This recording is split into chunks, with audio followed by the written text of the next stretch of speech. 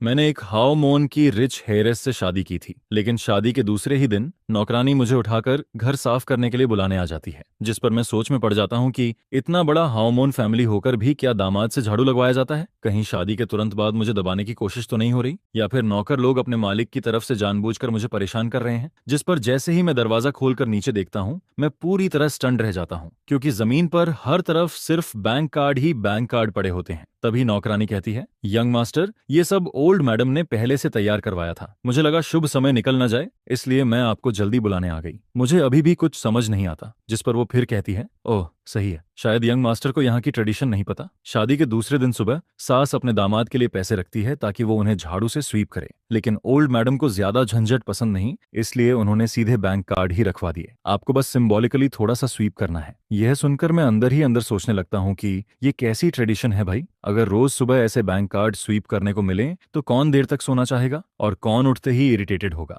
जिस पर मैं तुरंत झाड़ू उठाता हूँ और कमरे के बाहर पड़े सारे कार्ड स्विप करके अंदर खींचने लगता हूँ। मुझे नहीं पता एक कार्ड में कितना पैसा है, लेकिन अगर एक कार्ड में सिर्फ 10,000 युआन भी हों, तब भी इतने सारे कार्ड मिलाकर लाखों युआन तो बन ही जाते हैं। तभी नौकरानी फिर कहती है, यंग मास्टर, ओल्ड मैडम ने कहा है कि पासवर्ड आपका बर्थडे है। वो कार्ड मुझे थमाती है, लेकिन मैं अभी कुछ बोल भी नहीं पाता कि सामने वाले बेडरूम का दरवाजा खुल जाता है, जिस पर मेरी नजर एक बेहद खूबसूरत लड़की पर पड़ती है। Good morning. वो मेरी तरफ देखती है, फिर मेरे हाथों में भरे बैंक कार्ड्स पर नजर डालती है। इतने कार्ड थे कि मैं उन्हें ठीक से पकड़ भी नहीं पा रहा था। जिस पर वो कैजुअली कहती है, इतना फॉर्मल होने की जरूरत नहीं है, आराम से यूज करो। ये कहकर वो मास्टर बेडरूम में चली जाती है। वैसे भी मैं कोई फॉर्मल होने वाला नहीं था। अभी थोड़ी देर पहले ही मैं कार्ड लेने वाला था, लेकिन उसी ने बीच में इंटरप्ट कर दिया। जिस पर जैसे ही आंट जांग मुझे कार्ड्स देती है, मैं बिना किसी प्रेशर के सारे कार्ड ले लेता हूँ। इसके बाद मैं कार्ड्स लेकर वापस बेडरूम में जाता हूँ, उन्हें टेबल पर रखता हूँ और फिर फ्रेश होने चला जाता हूँ। जिस पर ओरिजिनल ओनर की मेमोरीज से मुझे पता चलता है कि वो और मैं दोनों एक ही मेजर में पढ़े थे।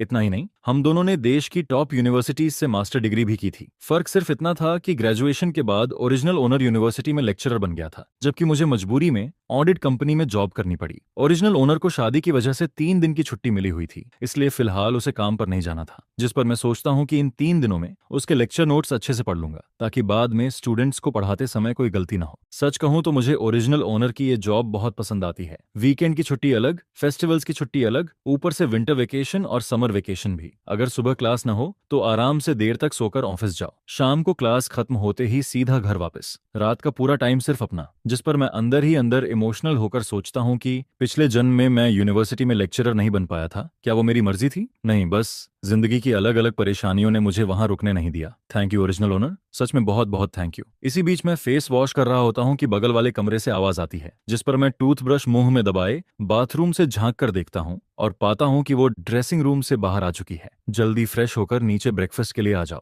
उसकी ये बात सुनकर मुझे अजीब सा फील होता है, जैसे हम दोनों काफी समय से साथ रह रहे हों। जबकि सच्चाई ये थी कि ओरिजिनल ओनर और फू युनशु आज से पहले सिर्फ 2 बार मिले थे, पहली बार एंगेजमेंट पर और दूसरी बार शादी में। इसके बाद ब्रेकफास्ट टेबल पर फू युनशु मुझे पूरी तरह इनविजिबल समझती है। वो पूरे समय मुझसे एक शब्द तक नहीं बोलती, लेकिन खाना खत्म होने के बाद वो एक बैंक कार्ड टेबल पर रख देती है। अब से तुम्हारा पॉकेट मनी इसी कार्ड में ट्रांसफर होगा, इसे यूज करना। ये कार्ड तुम्हारे आईडी से बना है, सही है ना? जिस पर मैं अंदर ही अंदर एक्साइटेड हो जाता हूँ। आखिर रिच फीमेल सीईओ वाली कहानी का पॉकेट मनी सीन भी आ ही गया। सच कहूँ, जब तक पैसा हाथ में आ रहा है मुझे फर्क नहीं पड़ता वो मुझसे बात करे या नहीं। चाहे वो घर वापस ना आए तब भी मुझे कोई प्रॉब्लम नहीं है। यह कहकर फू युनशु सीधा ऑफिस चली जाती है, जिस पर मैं कार्ड उठाकर वापस कमरे में आता हूँ और उसे बाकी स्वीप किए हुए कार्ड्स के साथ रख देता हूँ। लेकिन थोड़ी देर बाद क्यूरियोसिटी की वजह से मैं फोन बैंकिंग ऐप खोलता हूँ और उस नए कार्ड को लिंक करने की कोशिश करता हूँ, जिस पर कार्ड तुरंत लिंक हो जाता है। मैं अंदर ही अंदर सोचता हूँ, वाह, ये रिच हेयर सच में काफी थॉटफुल है। आजकल सब फोन पेमेंट यूज करते हैं, इसलिए मेरे आईडी वाला कार्ड बनवाना सबसे आसान तरीका था। लेकिन अगले ही पल बैलेंस देखकर मेरी आंखें खुली की खुली रह जाती हैं। 2 मिलियन युआन,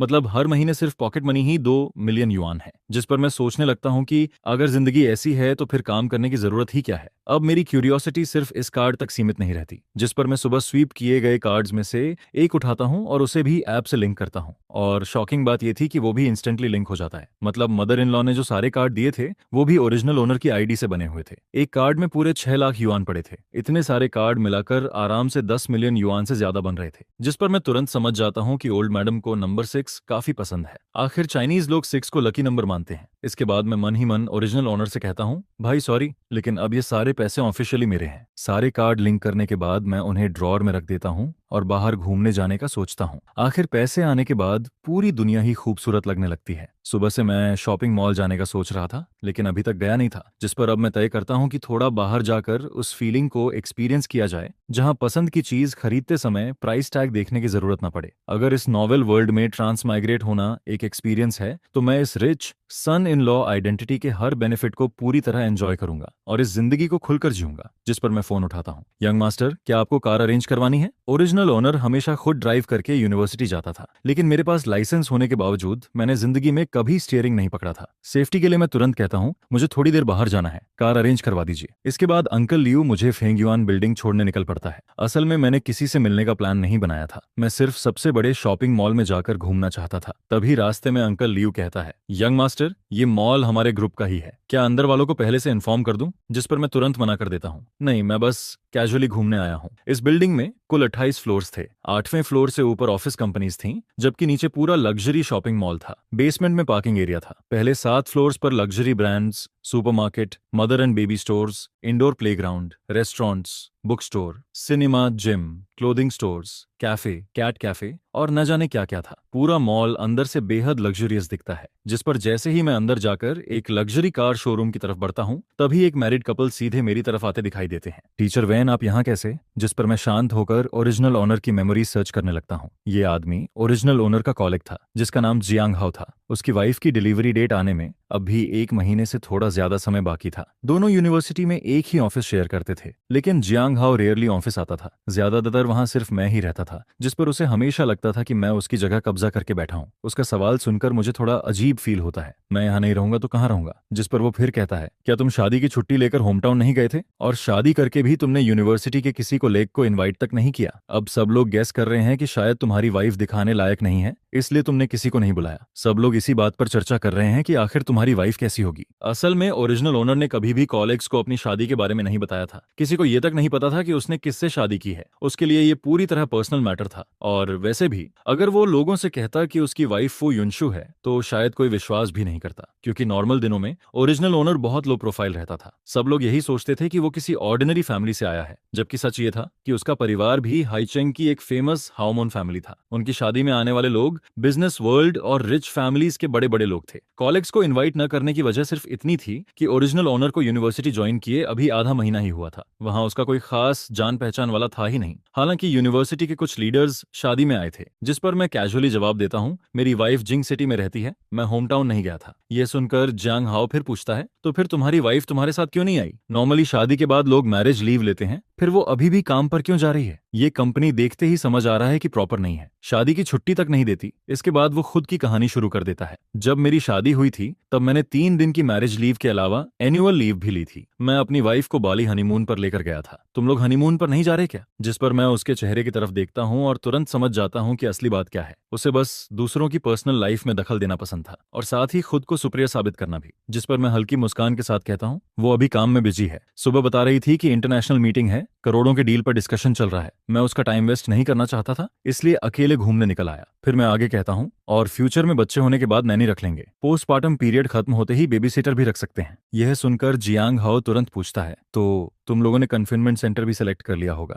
जिस पर मैं अंदर ही अंदर हंस पड़ता हूँ। रिच फैमिलीज में बच्चे खुद कौन संभाल रहा है? वहां तो नैनी और बेबी सिटर रखना नॉर्मल बात है। मेरी ये कैजुअल बातें सीधे उसकी वाइफ के दिल में चुभ जाती हैं, क्योंकि उनकी फाइनेंशियल कंडीशन उतनी अच्छी नहीं थी। जिस पर जियांग हाओ का चेहरा तुरंत खराब हो जाता है। अभी नहीं चुना, देख रहे हैं, आज हम बेबी क्लॉथ्स खरीदने आए हैं। इसके बाद वो ऑकवर्ड होकर कहता है, अच्छा टीचर वेन, हम ऊपर 2nd फ्लोर जा रहे हैं, फिर मिलते हैं, ठीक है, बाय। उनके जाने के बाद मैं भी मदर एंड बेबी स्टोर की तरफ बढ़ जाता हूँ। मैं ओरिजिनल ओनर के चाइल्डहुड फ्रेंड के बच्चे के लिए कुछ न्यूबॉर्न सामान खरीदना चाहता था। उसकी वाइफ का अभी हाल ही में पोस्टमार्टम पीरियड खत्म हुआ था, और मजेदार बात यह थी कि जियांग हाओ से मिलने के बाद ही मुझे ओरिजिनल ओनर के उस क्लोज फ्रेंड की याद आई थी। लेकिन मुझे क्या पता था कि उसी मदर एंड बेबी स्टोर में मेरी मुलाकात जियांग हाओ कपल से दोबारा हो जाएगी। जिस पर मेरा घूमने का मूड थोड़ा खराब हो जाता है। स्टोर काफी बड़ा था, इसलिए मैं सीधे दूसरे सेक्शन में चला जाता हूँ ताकि उनसे दोबारा सामना ना हो, वरना फिर उसके सार्कास्टिक कमेंट्स सुनने पड़ते। इसके बाद मैं 1 लाख युआन से ज्यादा की शॉपिंग कर देता हूँ और डिलीवरी एड्रेस अपने दोस्त के घर का दे देता हूँ। फिर मैं गोल्ड स्टोर की तरफ निकल जाता हूँ। असल में ओरिजिनल ओनर को बचपन से ही ब्रांडेड चीजें और एक्सपेंसिव गिफ्ट्स मिलते रहे थे, इसलिए उसे गोल्ड ज्वेलरी में ज्यादा इंटरेस्ट नहीं था, लेकिन मैं अलग था। मैंने कभी इमेजिन भी नहीं किया था कि जिंदगी में ऐसा दिन आएगा जब मैं गोल्ड देखते हुए प्राइस की चिंता न करूं, जिस पर मैं अपने दोस्त के बच्चे के लिए एक गोल्ड लॉन्गेविटी लॉक खरीदता हूं, फिर अपने लिए भी एक गोल्ड ब्रेसलेट ले लेता हूं। बाकी क्लॉथ्स वगैरह खरीदने का मेरा कोई प्लान नहीं था। घर के ड्रेसिंग रूम में पहले से बहुत सारे कपड़े पड़े थे, बाद में खरीद लूंगा। जब मैं घर लौटता हूं तब सिर्फ 11 बजे हुए होते हैं, जिस पर मैं पहले शावर लेता हूं, फिर कैजुअल होम क्लोथ्स पहनकर बाहर आता हूं। तभी अचानक एक अनएक्सपेक्टेड कॉल आ जाता है। वेंचन, आज तुमने बच्चों के लिए इतना सारा सामान खरीदा। जिस पर मैं हंसते हुए पूछता हूं, तो क्या सबको पसंद आया? सामने से तुरंत जवाब आता है, बहुत पसंद आया, तुमने बिल्कुल हमारी पसंद की चीजें खरीदी हैं। वो टॉय कार तो इतनी प्रैक्टिकल है कि मेरा भी खेलने का मन कर रहा है। फिर वो एक्साइटेड होकर कहता है, और तुमने बच्चों के लिए गोल्ड लॉक भी खरीदा है? जिस पर मैं जवाब देता हूँ, हाँ, कल मैं खुद लेकर आऊंगा। अरे यार, इतना खर्चा क्यों किया? लेकिन अगले ही पल उसकी गॉसिप मोड चालू हो जाती है। अच्छा छोड़ो, ये बताओ कल रात कैसा रहा? ये सुनकर मैं तुरंत समझ जाता हूँ कि ये किस तरफ बात ले जाना चाहता है। जिस पर मैं सीधा बोल देता हूँ, हम दोनों अलग अलग कमरे में सोए थे। सामने वाला तुरंत शॉक हो जाता है, क्या अभी शादी हुई और तुम लोग अलग सो रहे हो? ऐसे तो तुम दोनों में फीलिंग्स डेवलप ही नहीं होंगी। आखिर तुम सोच क्या रहे हो? वो फिर आगे कहता है, तुम कोई कॉन्ट्रैक्ट मैरिज तो कर नहीं रहे, बाद में डिवोर्स का एग्रीमेंट भी नहीं है, तो मैरिड लाइफ कंटिन्यू करनी पड़ेगी ना? क्या तुम सच में फुयुनशु को बाहर किसी और को ढूंढने दोगे? उसकी बातें सुनकर मैं पूरी तरह साइलेंट हो जाता हूँ, क्योंकि वो सही कह रहा था। ये कोई कॉन्ट्रैक्ट मैरिज नहीं थी। अगर रिलेशनशिप चल सकती है तो नेचुरली उसे आगे बढ़ना ही चाहिए। जिस पर मैं ओरिजिनल नॉवेल की बातें याद करने की कोशिश करता हूँ। ओरिजिनल ओनर और फू युनशु का रिलेशनशिप आखिर कब क्लोज हुआ था? एक्सीडेंट कब हुआ था? बाद में दोनों के बीच फीलिंग्स डेवलप हुई थी या नहीं? लेकिन नॉवेल में इन इंपॉर्टेंट चीजों का कभी डिटेल में जिक्र ही नहीं किया गया था। कॉल कटने के बाद मैं काफी देर तक सोचता रहता हूँ। आखिर मैं ये फैसला करता हूँ कि ये जिंदगी मेरे लिए पूरी तरह नई शुरुआत है, इसलिए मैं किसी जल्दबाजी में नहीं पड़ूंगा। बस अपने दिल की सुनूंगा और अपने पेस पर आगे बढ़ूंगा। दोपहर में मैं बुक्स और लैपटॉप लेकर स्टडी रूम की तरफ जाता हूँ, जिस पर अंदर जाकर मैं नोटिस करता हूँ कि वहां सिर्फ फू युनशु का वर्क स्पेस ही नहीं था, बल्कि एक नया सेक्शन खास मेरे लिए भी तैयार किया गया था। तभी आन जांग समझाते हुए कहती हैं, घर के हर फ्लोर पर स्टडी रूम है। यंग मिस ने सोचा कि आपके काम में भी स्टडी रूम की जरूरत पड़ेगी। वो नहीं चाहती थी कि आपको बार बार स्टेयर्स चढ़ना पड़े, इसलिए उन्होंने ये जगह स्पेशली तैयार करवाई है। वो आगे कहती है, सेकंड फ्लोर वाले स्टडी रूम में नॉर्मली यंग मिस काम करती हैं और दूसरा हाफ आपका है। यह सुनकर मुझे थोड़ा सरप्राइज फील होता है। मैंने सोचा भी नहीं था कि फुयुनशु इतनी छोटी छोटी बातों का भी ध्यान रखती होगी। जिस पर मैं बिना फॉर्मल हुए सीधे अपने वर्क स्पेस में जाकर बैठ जाता हूँ। लैपटॉप और बुक्स रखते ही आन जांग मेरे लिए फ्रूट जूस रखकर चली जाती है। इसके बाद मैं अकेले बैठकर ओरिजिनल ओनर के प्रोफेशनल सब्जेक्ट्स पढ़ने लगता हूँ और कुछ देर बाद मुझे एहसास होता है कि उसकी पढ़ाई और मेरी पढ़ाई में ज्यादा फर्क नहीं था। जिस पर मुझे किताबों में लिखा कंटेंट बिल्कुल भी अनफेमिलियर नहीं लगता। आखिर कॉलेज टाइम में मैं हमेशा स्कॉलरशिप लेने वालों में से था, इसलिए फर्स्ट ईयर स्टूडेंट्स को पढ़ाना मेरे लिए कोई बड़ी बात नहीं थी। मुझे मास्टर डिग्री कंप्लीट किए अभी सिर्फ 2 महीने हुए थे और जॉब ज्वाइन किए भी आधा महीना ही हुआ था। अभी सितंबर का बीच चल रहा था। यही वो समय था जब नए फर्स्ट ईयर स्टूडेंट्स यूनिवर्सिटी में एडमिशन लेते हैं। उनकी मिलिट्री ट्रेनिंग को भी आधा महीना हो चुका था और अब जल्द ही उनकी रेगुलर क्लासेस शुरू होने वाली थी। लेकिन किसी तरह की गलती ना हो, इसलिए मैं पहले से लेक्चर देने की प्रैक्टिस करने लगता हूँ। इसी बीच नीचे फर्स्ट फ्लोर के लिविंग रूम में फू युनशु ऑफिस से वापस आती है। यंग मास्टर कहाँ है? जिस पर आन जांग जवाब देती है, यंग मास्टर ऊपर स्टडी रूम में है, वो बहुत मेहनती हैं। अभी थोड़ी देर पहले मैं उन्हें ड्रिंक देने गई थी, तब वो लेक्चर प्रैक्टिस कर रहे थे। लेकिन फू युनशु को शायद ज्यादा इंटरेस्ट नहीं था कि मैं क्या कर रहा हूँ। जिस पर वो कैजुअली कहती है, उन्हें नीचे बुलाइए, मैं उन्हें अपने एक फ्रेंड से मिलवाने ले जा रही हूँ। आन जांग फिर पूछती है, क्या यंग मास्टर को थोड़ा फॉर्मली ड्रेस होना चाहिए? मैं उनके लिए क्लॉथ्स तैयार कर दूं? नहीं, सिंपल ही रहने दो। इसके बाद आन जांग ऊपर आकर कहती है, यंग मास्टर, यंग मिस वापस आ गई हैं, वो आपको अपने एक फ्रेंड से मिलवाने ले जाना चाहती हैं। मैं अभी आता हूँ। असल में मिरर के सामने लेक्चर प्रैक्टिस करते करते मेरा कॉन्फिडेंस काफी बढ़ गया था। बस मुझे लग रहा था कि अभी भी कुछ कमी बाकी है। जिस पर मैं जल्दी से सामान समेटता हूँ और स्टडी रूम से बाहर निकल जाता हूँ। आन जांग रास्ते में कहती है, शायद यंग मिस के काफी क्लोज फ्रेंड्स हैं, उन्होंने कहा है कि ज्यादा फॉर्मल होने की जरूरत नहीं है, आराम से चलिए। ठीक है, थैंक यू आन जांग। इसके बाद मैं बेडरूम में वापस जाकर कपड़े बदलता हूँ। सितंबर के बीच में भी जिंग सिटी का मौसम काफी गर्म था। जैसे ही मैं नीचे उतरता हूँ, फुयुनशु की आवाज सुनाई देती है। कल हमारी शादी थी। मेरा एक लॉयर फ्रेंड है जिंगहाओ, किसी जरूरी काम की वजह से वो शादी में नहीं आ पाया था, इसलिए आज उसने इंसाइट किया कि मैं ट्रीट दूं और तुम्हें भी साथ लेकर आऊं। जिस पर मैं मन ही मन सोचता हूं कि वैसे भी मेरे पास कोई काम नहीं है, साथ जाना बुरा नहीं होगा।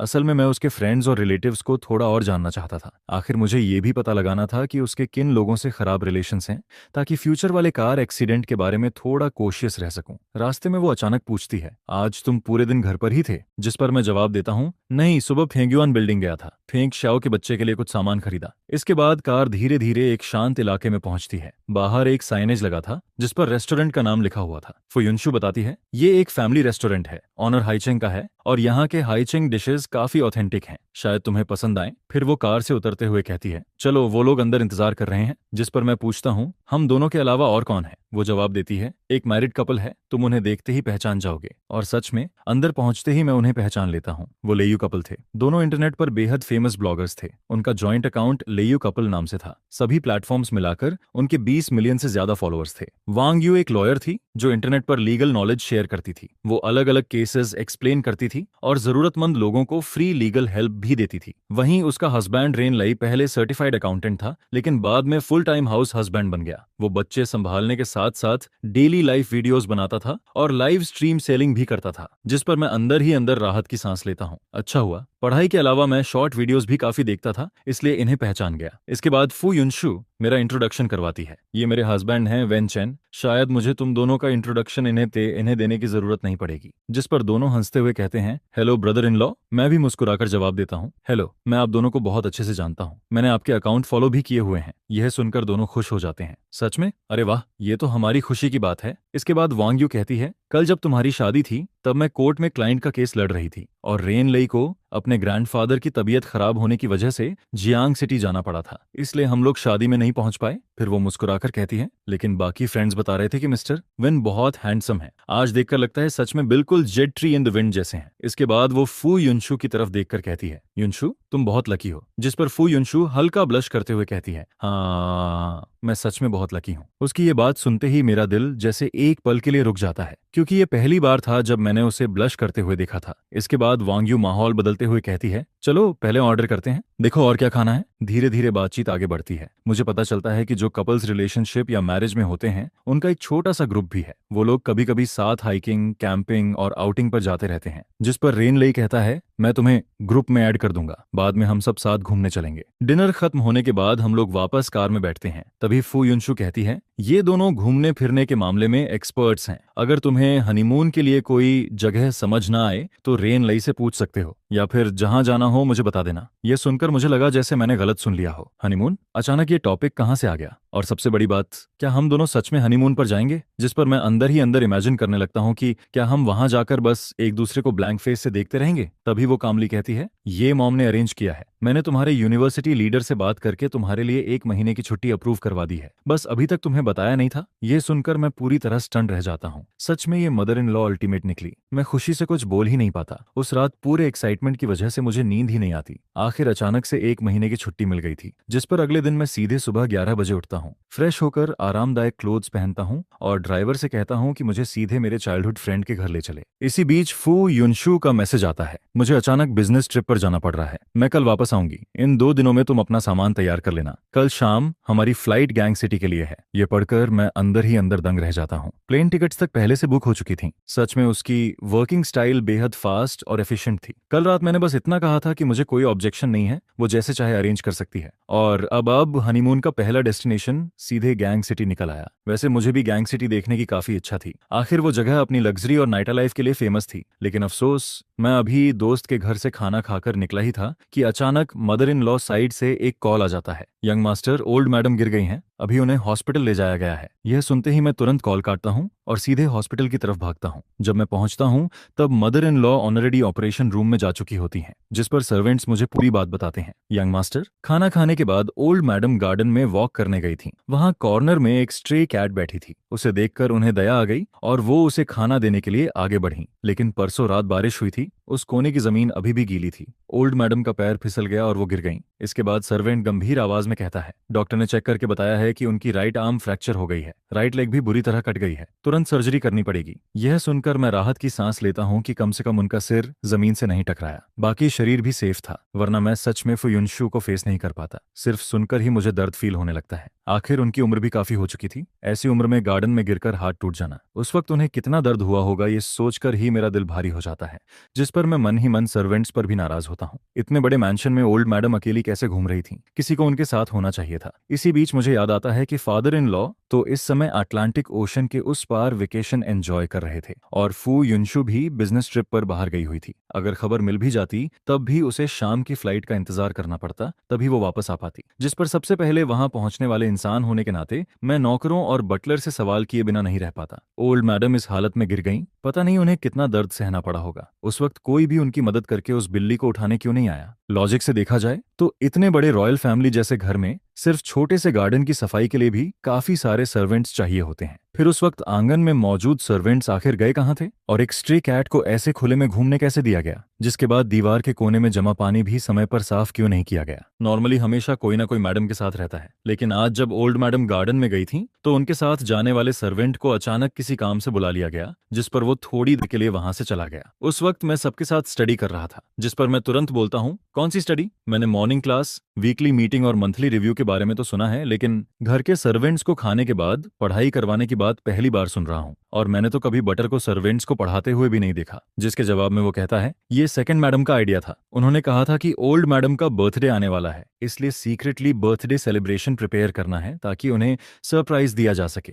इसी वजह से मैंने सोचा कि जब ओल्ड मैडम खाना खाकर आफ्टरनून रेस्ट के लिए जाएंगी तब सबको इस बारे में बताया जाए। यह सुनकर मैं सोच में पड़ जाता हूँ, ये सेकंड मैडम क्या वही नहीं जो फू युनशु की सेकंड आंट है और कहानी की फीमेल लीड की माँ भी? बैकग्राउंड स्टोरी में बताया गया था कि उसने सालों पहले फू फैमिली में शादी करने के लिए काफी गलत ट्रिक्स इस्तेमाल किए थे, जिस पर शादी के बाद उसे फू फैमिली में कभी ज्यादा रिस्पेक्ट नहीं मिली। लेकिन बाद में जब उसकी बेटी हेयर बन गई तब जाकर उसकी जिंदगी थोड़ी आसान होने लगी। फिर मैं सोचता हूँ, क्या उसकी रिलेशन अपनी मदर इन लॉ के साथ इतनी अच्छी थी? अगर ऐसा है तो फिर बर्थडे पार्टी सीक्रेटली प्रिपेयर करने की जरूरत ही क्या थी? जिस पर मैं गुस्से में बोलता हूँ, हर चीज की प्रायोरिटी होती है। इस मेंशन में तुम्हारा मेन काम ओल्ड मैडम का ध्यान रखना है, बाकी चीजें प्रोफेशनल्स को करने दो। क्या वो फैमिली के पास सर्वेंट्स हायर करने के लिए पैसे कम पड़ गए थे? लेकिन वो फिर कहता है, सेकंड मैडम ने कहा था, जिस पर मैं तुरंत उसे रोकते हुए बोलता हूँ, सेकंड मैडम, तुम सिर्फ उन्हीं की बातें क्यों सुनते हो? क्या उनकी हर बात हमेशा सही होती है? उधर ऑपरेशन थिएटर के ऊपर जलती हुई ऑपरेशन इन प्रोग्रेस वाली लाइट देखकर मेरा मन और बेचैन होने लगता है। मुझे लगा था कि फू युनशु यहाँ नहीं है और सन इन लॉ भी शायद इन सब बातों की परवाह नहीं करेगा,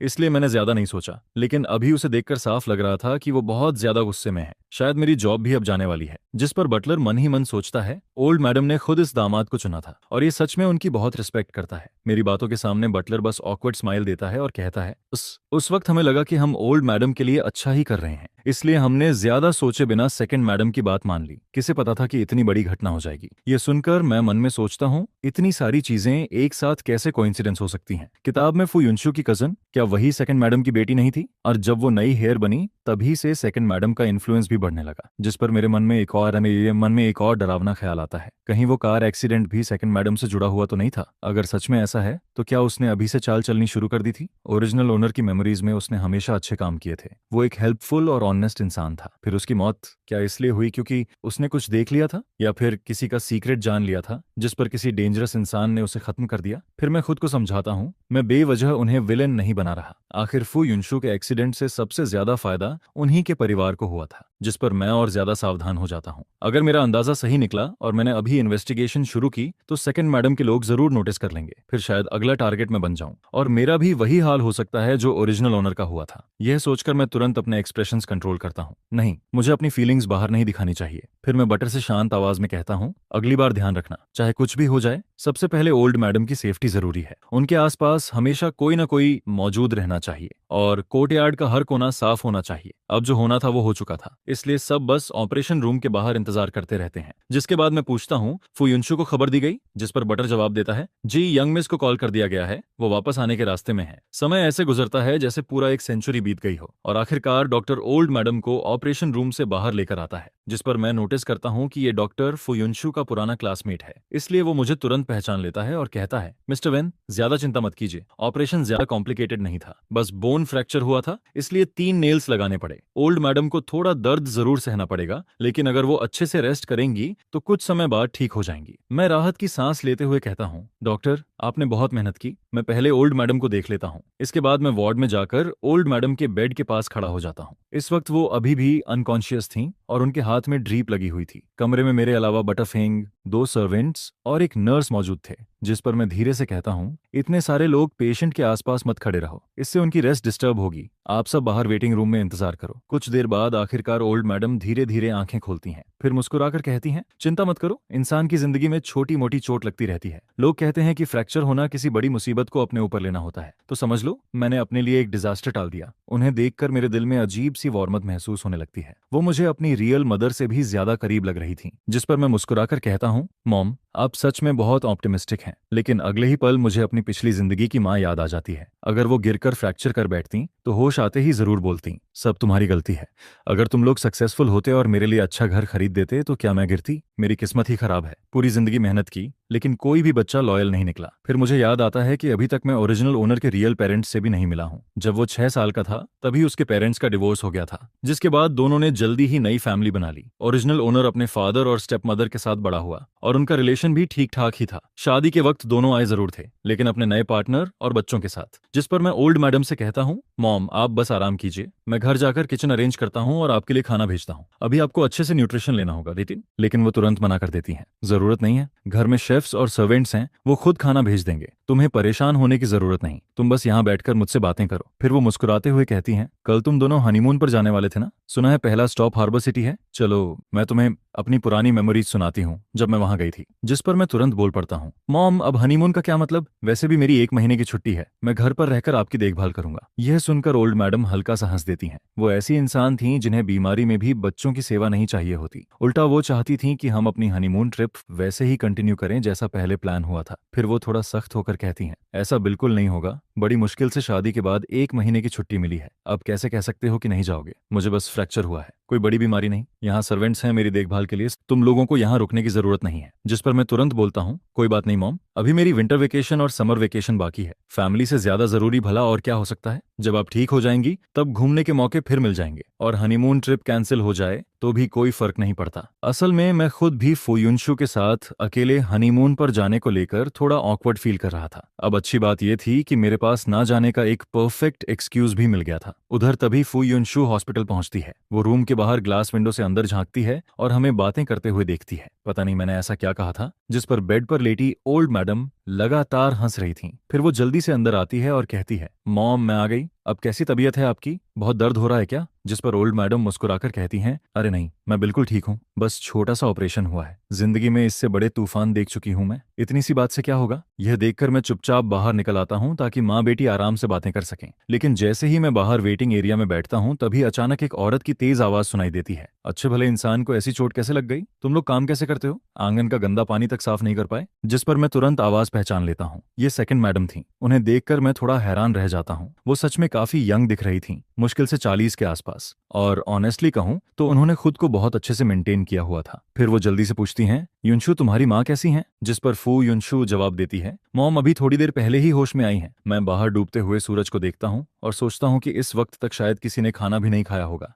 तभी फू युनशु कहती है, थोड़ी देर में घर से खाना आ जाएगा। जिस पर सेकंड मैडम तुरंत बोलती हैं, चलो पहले मैं उन्हें देख लूं, इस उम्र में गिरना बहुत तकलीफ देता है। उन्हें देखकर मुझे थोड़ा अजीब फील होता है, क्योंकि वो बहुत जेंटल और काइंड लग रही थी, बिल्कुल वैसी नहीं जैसी मैंने इमेजिन किया था। अंदर जाते ही वो ओल्ड मैडम का हाथ पकड़कर कहती हैं, सिस्टर इन लॉ आप ऐसे कैसे गिर गई? उस वक्त आपके साथ कोई नहीं था क्या? ओल्ड मैडम उस वक्त फू युनशु से बातें कर रही थी। फिर वो मुस्कुराते हुए कहती हैं, आओ यहाँ बैठो। जिस पर सेकंड मैडम तुरंत पास बैठ जाती हैं और कहती हैं, जैसे ही खबर मिली मैं तुरंत यहाँ चली आई। अच्छी बात यह रही कि घर में रिब सूप बन रहा था और अभी भी गर्म है, मैं आपके लिए लेकर आई हूँ। फिर वो सूप आगे बढ़ाते हुए कहती हैं, लोग कहते हैं ना जो खाओ वही शरीर बनता है। थोड़ा सूप पीजिए और थोड़ा मीट भी खाइए, आपकी बोन्स जल्दी रिकवर होंगी। स्मेल कीजिए, कितना अच्छा लग रहा है। जिस पर ओल्ड मैडम खुश होकर कहती हैं, वाह, सिर्फ स्मेल से ही भूख लगने लगी। उन्हें ऐसे देखकर मुझे लगने लगता है कि शायद दोनों का रिलेशन सच में काफी अच्छा था, वरना सेकंड मैडम इतनी जल्दी सूप लेकर यहाँ नहीं आती। फिर मैं मन ही मन सोचता हूँ, मैंने पहले इनके बारे में जरूरत से ज्यादा गलत सोच लिया था। तभी सेकंड मैडम मेरी तरफ देखकर कहती हैं, वेंचन तुमने अभी तक खाना नहीं खाया ना?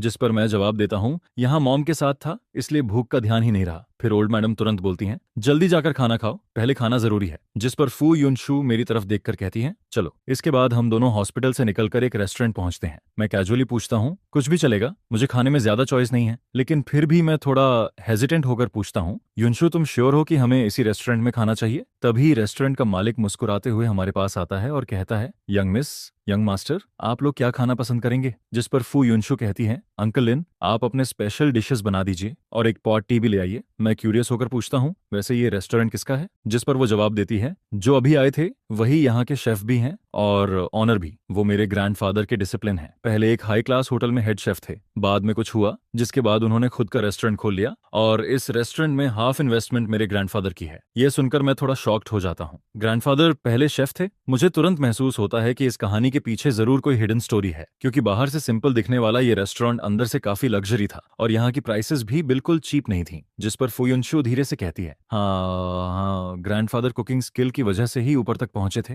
लेकिन वो सब पुरानी बातें हैं, उन्हें याद ना करना ही बेहतर है। उसके चेहरे का एक्सप्रेशन देखकर साफ लग रहा था कि इसमें कोई पेनफुल मेमोरी जुड़ी हुई है, इसीलिए मैं भी टॉपिक बदल देता हूँ। तभी खाना आ जाता है और अंकल लिन मुस्कुराकर कहते हैं, आराम से खाना खाइए। जिस पर मैं बोलता हूँ, थैंक यू अंकल लिन। फिर फुयुनशु मुझे खाना टेस्ट करने के लिए कहती है, ट्राई करो, टेस्ट बहुत अच्छा है। यहाँ की सारी वेजिटेबल्स और मीट सबसे फ्रेश होते हैं, सब कुछ अपने फार्म से आता है, बिना पेस्टिसाइड और केमिकल फर्टिलाइजर के। अगर आगे कभी बाहर का खाना डर्टी लगे तो यहाँ आ जाना। इसके बाद घर लौटते वक्त मैं काफी देर तक सोचता रहता हूँ, फिर आखिरकार बोलता हूँ, कल हार्बर सिटी जाने का प्लान कैंसिल कर देते हैं। मॉम हॉस्पिटल में हैं और ऐसे में घूमने जाना सही नहीं लगेगा। जिस पर वो बिना ज्यादा रिएक्शन दिए बस कहती है, अगर नहीं जाना चाहते तो ठीक है। जब हम फिर हॉस्पिटल पहुंचते हैं तब तक ओल्ड मैडम सो चुकी थीं। बटर बताता है कि वो काफी देर तक सेकंड मैडम से बातें करती रही थीं, इसलिए जल्दी थक गईं। फिर बटर कहता है, आप दोनों अब घर जाइए, चिंता मत कीजिए। डीन ने स्पेशली 2 प्रोफेशनल केयर टेकर्स भेजे हैं जो शिफ्ट में ओल्ड मैडम का ध्यान रखेंगे। जिस पर फू युनशु मेरी तरफ देखकर कहती है, वांग्यू, और बाकी लोग मुझे बाहर चलने के लिए बुला रहे हैं, तुम चलोगे? मैं सिर हिलाकर कहता हूँ, नहीं, मुझे अल्कोहल पीना नहीं आता, मैं घर जाकर रेस्ट करूंगा। जिस पर वो कहती है, ठीक है, मैं अंकल लियू को तुम्हें लेने भेज देती हूँ। फिर कुछ देर बाद वो फोन पर कहती है, ठीक है अंकल लियू, मुझे पता है आप पास ही हैं। इसके बाद वो मेरी तरफ मुड़कर कहती है, थोड़ी देर में वो आ जाएंगे। मैं हल्का सा मुस्कुराकर कहता हूँ, तुम भी कम ड्रिंक करना और ड्रिंक करने के बाद ड्राइव मत करना। रात की हल्की ठंडी हवा धीरे धीरे बह रही थी। उस वक्त मुझे अचानक ग्रैंडफादर की कही हुई बात याद आती है, जब कोई तुम्हारी चिंता करता है तभी असली हैप्पीनेस फील होती है। और शायद पहली बार मुझे भी उस हैप्पीनेस का थोड़ा एहसास होने लगता है। उधर फू युनशु की लैश एज हल्के से कांपती है। फिर वो धीरे से जवाब देती है, समझ गई। कुछ देर बाद अंकल लियू आ जाते हैं। वो तब तक वहीं खड़ी रहती है जब तक मैं कार में बैठ नहीं जाता। उसके बाद ही वो खुद ड्राइव करके वहां से निकलती है। उधर बार में पहुंचते ही बाकी लोग उसे देखकर तुरंत वार्म वाटर लेकर आते हैं। आओ आओ, आखिर मैडम आ ही गई, हम लोग कब से तुम्हारा इंतजार कर रहे थे। बिजी पर्सन को पकड़ना कितना मुश्किल है पता है। जिस पर दूसरा इंसान हंसते हुए कहता है, आज तो तुम्हें कुछ ड्रिंक्स पीनी ही पड़ेंगी। लेकिन फू युनशु तुरंत बोलती है, मेरे हस्बैंड ने कहा है कम ड्रिंक करना। यह सुनते ही बाकी सब लोग जोर से हंस पड़ते हैं। क्या बात है,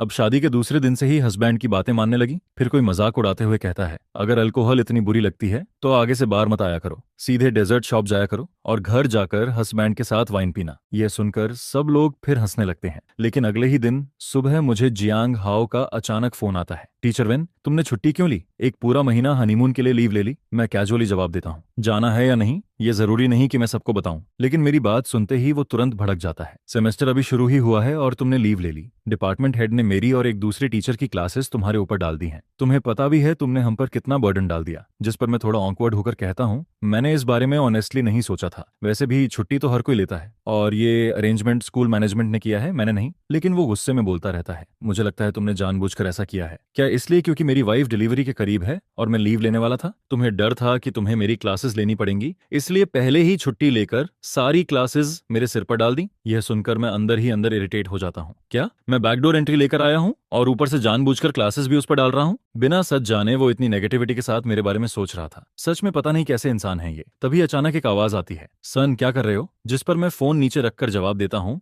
मॉम, आज सुबह जियांग हाओ ने अचानक कॉल किया था। उसने ना सिर्फ ये कहा कि तुम बैकडोर रिलेशन से अंदर आए हो, बल्कि ये भी बोल दिया कि तुमने अपनी सारी क्लासेस उस पर डाल दी। वो खुद को समझता क्या है? आखिर वो तुमसे ऐसे कैसे बात कर सकता है? जिस पर मॉम काफी गुस्से में बोलती रहती हैं, अगर कोई प्रॉब्लम थी तो आराम से बात करके सॉल्व नहीं कर सकता था क्या? कुछ क्लासेस ही तो हैं, उन्हें एडजस्ट किया जा सकता है। तुम रुको, अभी मैं तुम्हारे लिए बात करती हूँ। इसके बाद वो तुरंत फोन उठाती हैं और प्रिंसिपल को कॉल कर देती हैं। ओल्ड सू, ये काम तुमने ठीक से हैंडल नहीं किया। मेरा सन इन लॉ छुट्टी ले रहा था तो क्वाइटली नोटिस दे देते। अब पूरा स्कूल जान गया कि उसने हायर मैनेजमेंट के थ्रू लीव ली है, और वो एक्स्ट्रा क्लासेस उस टीचर को क्यों दे दी जिसकी वाइफ डिलीवरी लीव पर है। मैं कोई स्पेशल प्रिविलेज मांग नहीं रही, लेकिन तुम भी जानते हो ना मेरी ग्रैंडडॉटर की शादी कितनी मुश्किल से हुई है। क्या उन्हें थोड़ा टाइम साथ बिताने की जरूरत नहीं? अगर बॉन्डिंग ही नहीं होगी तो बच्चे कैसे होंगे? ये सुनकर मैं बिल्कुल स्पीचलेस हो जाता हूँ, लेकिन मॉम बिना रुके बोलती रहती हैं, दोनों अभी तक अलग अलग रूम में सोते हैं। अब तुम ही बताओ, मैं चिंता ना करूं तो कौन करे? और वैसे भी फू ग्रुप हर साल स्कूल को 50 मिलियन डोनेट करता है। मेरा सन इन लॉ थोड़ी सी छुट्टी ले ले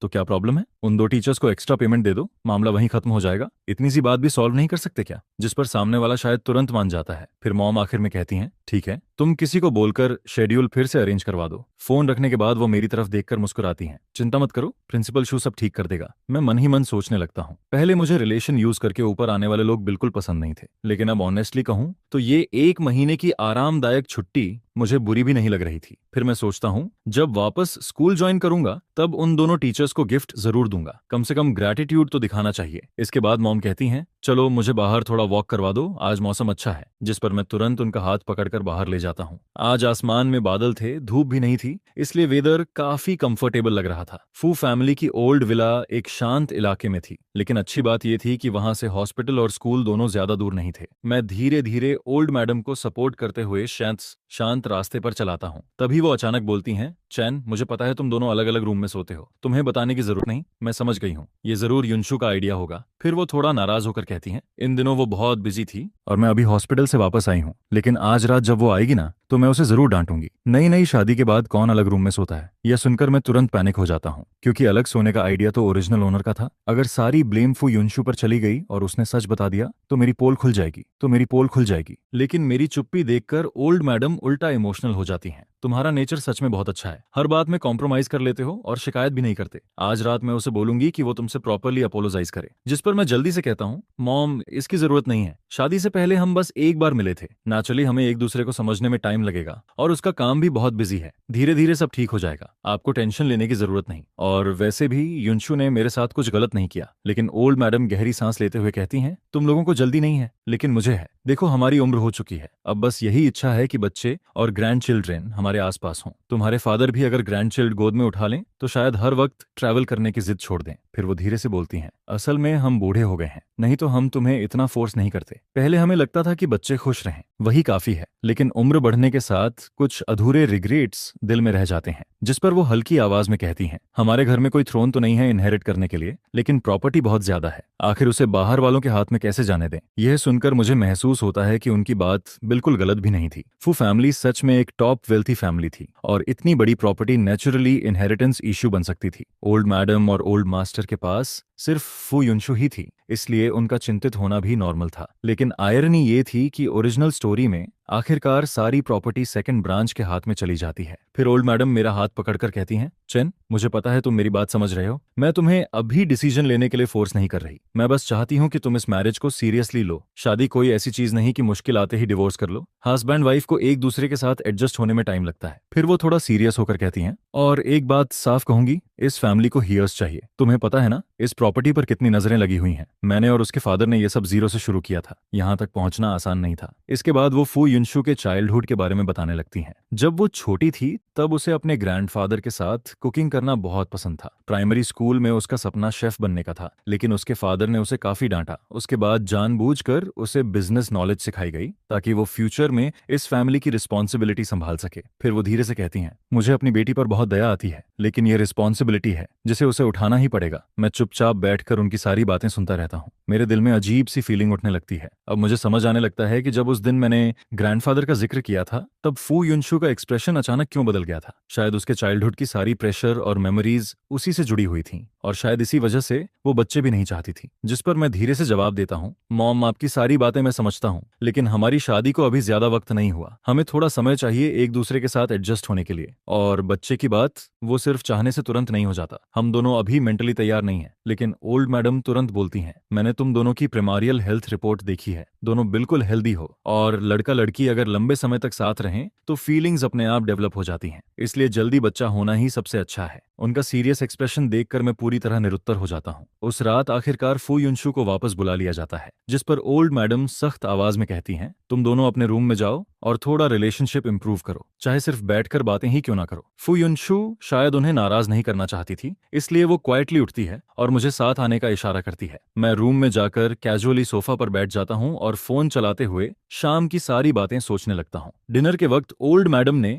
फू युनशु को काफी डांटा था। उन्होंने कहा था कि वेडिंग नाइट पर उसे मुझे अकेला नहीं छोड़ना चाहिए था, लेकिन पूरी बात सुनने के दौरान फू युनशु ना तो कुछ डिनाई करती है और ना ही कोई एक्सप्रेशन दिखाती है। वो बस चुपचाप सब सुनती रहती है, जिस पर मैं मन ही मन सोचता हूँ शायद वो इस बात को सीरियसली नहीं ले रही। तभी अचानक वो मेरी तरफ देखकर पूछती है, आज मॉम ने तुमसे काफी बातें की ना? मैं कैजुअली जवाब देता हूँ, मैं उन्हें वॉक पर ले गया था, उन्होंने बहुत सारी बातें बताई। बच्चों वाली बात मैं जानबूझकर मेंशन नहीं करता, लेकिन तभी वो सीधा पूछती है, क्या तुमने मॉम से कहा कि मैं तुम्हें इग्नोर करती हूँ? जिस पर मैं तुरंत बोलता हूँ, नहीं, वो तो उन्होंने खुद कहा था। फिर वो मेरी आंखों में देखते हुए पूछती है, लेकिन तुमने उन्हें एक्सप्लेन भी नहीं किया, सही कह रही हो ना? इसके बाद कमरे में कुछ सेकंड के लिए साइलेंस छा जाता है। फिर वो धीरे से पूछती है, तो अब तुम्हारा क्या प्लान है? वापस अलग अलग रूम्स में सोना है या फिर हस्बैंड वाइफ की रिस्पॉन्सिबिलिटीज निभानी शुरू करें? ऐसा भी नहीं है कि ये नहीं हो सकता। पिछले जन्म में मैंने कभी किसी से प्यार तक नहीं किया था और न ही कभी उस तरह की कोई चीज एक्सपीरियंस की थी। फो वॉन तो इतनी खूबसूरत और दिल हिला देने वाली है, फिर मैं क्यों मना करूं? बच्चे तो अभी जरूरी नहीं है, लेकिन हस्बैंड वाइफ वाली लाइफ तो हो सकती है। तब हम लोग प्रिकॉशंस यूज कर लेंगे, है ना? लगता है दादी ने इनहेरिटेंस वाली बात भी तुमसे कर ली है। क्या तुम फ्यूचर में होने वाले बच्चे की पोजीशन मजबूत करना चाहते हो? मेरा वो मतलब नहीं है, मैं बस हस्बैंड वाइफ की रिस्पॉन्सिबिलिटी निभाने की बात कर रहा था। रहने दो रहने दो, आज मैं सोफा पर सो जाता हूँ। वापस आने के बाद भी एक ही रूम में रहने की जरूरत नहीं है। मैंने पहले ही मॉम से कह दिया था कि इस चीज की कोई जल्दी नहीं है। आखिर मैंने उस वक्त हाँ क्यों बोल दिया? अब तो मेरी असली रंगीन सोच सामने आ गई। इन 2 सालों में मेरा बच्चा पैदा करने का कोई प्लान नहीं है, और वैसे भी पहले मेरा अलग रूम में सोने का कोई इरादा नहीं था। ये सजेशन तो तुम्हारा था, मैं तुम्हारी राय की रिस्पेक्ट करती हूँ। अगर तुम सिर्फ मॉम की बात मानकर मेरे साथ कोऑपरेट कर रहे हो तो उसकी बिल्कुल जरूरत नहीं है। मुझे किसी को फोर्स करके हस्बैंड वाइफ की ड्यूटी निभाना पसंद नहीं है, और जहां तक हमारी शादी का सवाल है, तुम्हें उसकी भी चिंता करने की जरूरत नहीं है। फो और ऑन फैमिली की ये शादी बिजनेस बेनिफिट से जुड़ी हुई है। उसकी बातें सुनकर मेरा दिमाग थोड़ा सुन्न पड़ जाता है। मैं तो यहाँ दूसरी दुनिया में सिर्फ लाइफ एंजॉय करने आया था। मैं बस आज के लिए जीना चाहता हूँ। ये कोई दादी का प्रेशर नहीं है, मैं तो बस मॉम से नॉर्मली बात कर रहा था। उनकी बातें सुनकर लगा कि वो गलत भी नहीं कह रही हैं। अगर तुम फिर भी ऐसा ही सोचती हो तो मैं क्या ही कह सकता हूँ। और वैसे भी हस्बैंड वाइफ वाली रिस्पॉन्सिबिलिटी हर बार अवॉइड नहीं की जा सकती। जब तक डिवोर्स ना हो, क्या हम हमेशा बिना फिजिकल रिलेशनशिप वाली मैरिज में ही रहेंगे? ये आदमी सच बोल रहा है या बस मुझे खुश करने के लिए बोल रहा है? तभी मैं देखता हूँ कि वो मुझे लगातार बिना पलक झपकाए घूरे जा रही है, जिस पर मैं फैसला करके उसे सीधे अपनी बाहों में खींच लेता हूँ और फिर गोद में उठाकर बेड की तरफ ले जाता हूँ। इसके बाद मैं उसे धीरे से बेड पर रख देता हूँ। तभी मुझे फील होता है कि उसका पूरा बॉडी स्टिफ हो चुका है। टेंशन मत लो, आज कुछ भी प्रिपेयर नहीं है, मैं तुम्हें टच नहीं करूंगा। हम बस फ्रेश होकर सो जाते हैं। अगली सुबह जब मेरी आंख खुलती है तब तक मेरे बगल में कोई नहीं होता। फ्रेश होकर नीचे जाने के बाद वो पूछती है, अब ठीक फील कर रहे हो? इधर आकर बैठो। कल रात अच्छी नींद आई थी? जिस पर मैं कहता हूँ, हाँ बहुत अच्छी। आज सैटरडे है और तुम दोनों को काम पर भी नहीं जाना, कहीं घूमने चले जाओ। हमारे फैमिली का एक रिसोर्ट एरिया है, वहाँ का व्यू काफी सुंदर है। वान तो तुम्हें वहाँ घुमाने ले जाए तो कैसा रहेगा? मॉम डैड की उम्र अब काफी हो चुकी है, इसलिए कुछ बातें अगर मैं मान सकता हूँ तो मना नहीं करूंगा। बस वो खुश रहें, उसके लिए मैं कुछ भी करने को तैयार हूँ। मुझे लगा था कि जो चीज वो नहीं करना चाहती उसके लिए कोई भी उसे फोर्स नहीं कर सकता, लेकिन फो वानथुर बहुत ही ओबीडियंट डॉटर निकली। माँ बेटी का ऐसा रिश्ता देखकर मुझे काफी अच्छा लगता है। मैं कार की विंडो से बाहर सड़क को देखते हुए पुरानी यादों में खो जाता हूँ। इस दुनिया में आने के बाद दूर रहने वाले पेरेंट्स ने सिर्फ हमारी शादी के दूसरे दिन मुझे एक मैसेज भेजा था। उन्होंने कहा था, इतनी दूर आने की जरूरत नहीं है, नई बहू को वापस घर मत लाना। उसके बाद उन्होंने ज्यादा कांटेक्ट भी नहीं किया। सच कहूं तो मेरे अंदर हमेशा फैमिली अफेक्शन की कमी रही है, लेकिन ओरिजिनल बॉडी वाले पेरेंट्स का तो पहले ही डिवोर्स हो चुका था। ओरिजिनल ओनर बचपन से ही काफी इंडिपेंडेंट लाइफ जी रहा था। उस दिन जब मेरे पास कोई काम नहीं था, तब मैंने शादी के बाद पेरेंट्स द्वारा दिए गए एसेट्स का हिसाब लगाया। अगर सबको कैश में बदलें